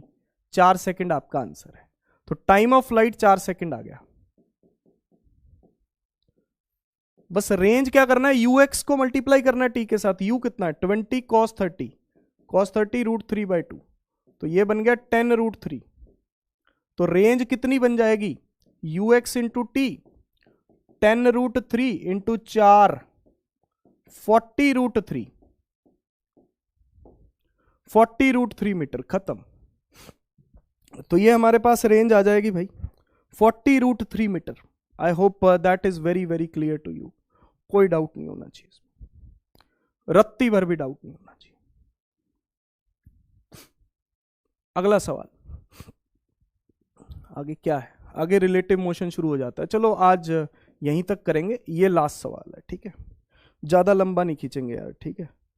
फिर ज्यादा ही हो जाएगा आप लोगों के लिए। Boy playing on the roof of a 10 metre high building throws a ball with a speed of 10 metre per second at an angle of 30 degree with the horizontal. How far from the throwing point will the ball be at the height of 10 metre from the ground? देखो, boy playing on the roof of 10 metre high building, एक building है, ध्यान से पढ़ना question को, सुनना। 10 metre high building है, ठीक है? वो बॉय थ्रो करता है बॉल को speed of 10 metre per second at an angle of 30 degree with the horizontal. 10 metre per second से फेंकता है 30 डिग्री के एंगल पे, ठीक है? How far from the throwing point will the ball be at the height of 10 metre from the ground? कह रहे वो कौन सा पॉइंट है? थ्रोइंग पॉइंट, ये थ्रोइंग पॉइंट है। थ्रोइंग पॉइंट से कितनी दूरी पे बॉल 10 मीटर हाइट पे है? भैया पूरा नहीं जाना, पूरा तो ऐसे जाएगा नीचे, ये थ्रोइंग पॉइंट है, पूरा तो ऐसे जाएगा नीचे। मुझे पता क्या पूछा गया है, देखो ये 10 मीटर हाइट पे यहां पे दोबारा आ जाएगा, बताओ, यहां पे भी तो 10 मीटर हाइट पे ही है, ठीक है ना? तो आपसे पता क्या पूछा गया है? How far from the throwing point the ball will be at the height of 10 metre from the ground, मतलब ये पूछा गया है, ये वाली रेंज पूछी गई है, इसको एक्सी बोल देता, ये पूछा गया है। देखो यहां तक, अब देखो इसको सॉल्व करने की ट्रिक सुनो, टीबी स्पेशल। अगर पॉइंट ऑफ प्रोजेक्शन और पॉइंट ऑफ लैंडिंग सेम होते हैं तब तो फॉर्मूले लगा सकते हैं ना। तो यहां तक तो सेम ही हाइट है, लेवल सेम है भाई, इसके आगे नीचे जा रहा है मैं मानता हूं बात, लेकिन उसके नीचे का क्वेश्चन ही नहीं पूछा हमसे, क्वेश्चन ही यहां तक है। तो बस लगाओ कौन सा फॉर्मूला, u² sin 2θ/g लगाओ। लेकिन मैं इसे रेंज नहीं बोलूंगा, ये रेंज नहीं है, अब रेंज तो इससे आगे है ना, रेंज नहीं बोलेंगे, लेकिन फॉर्मूला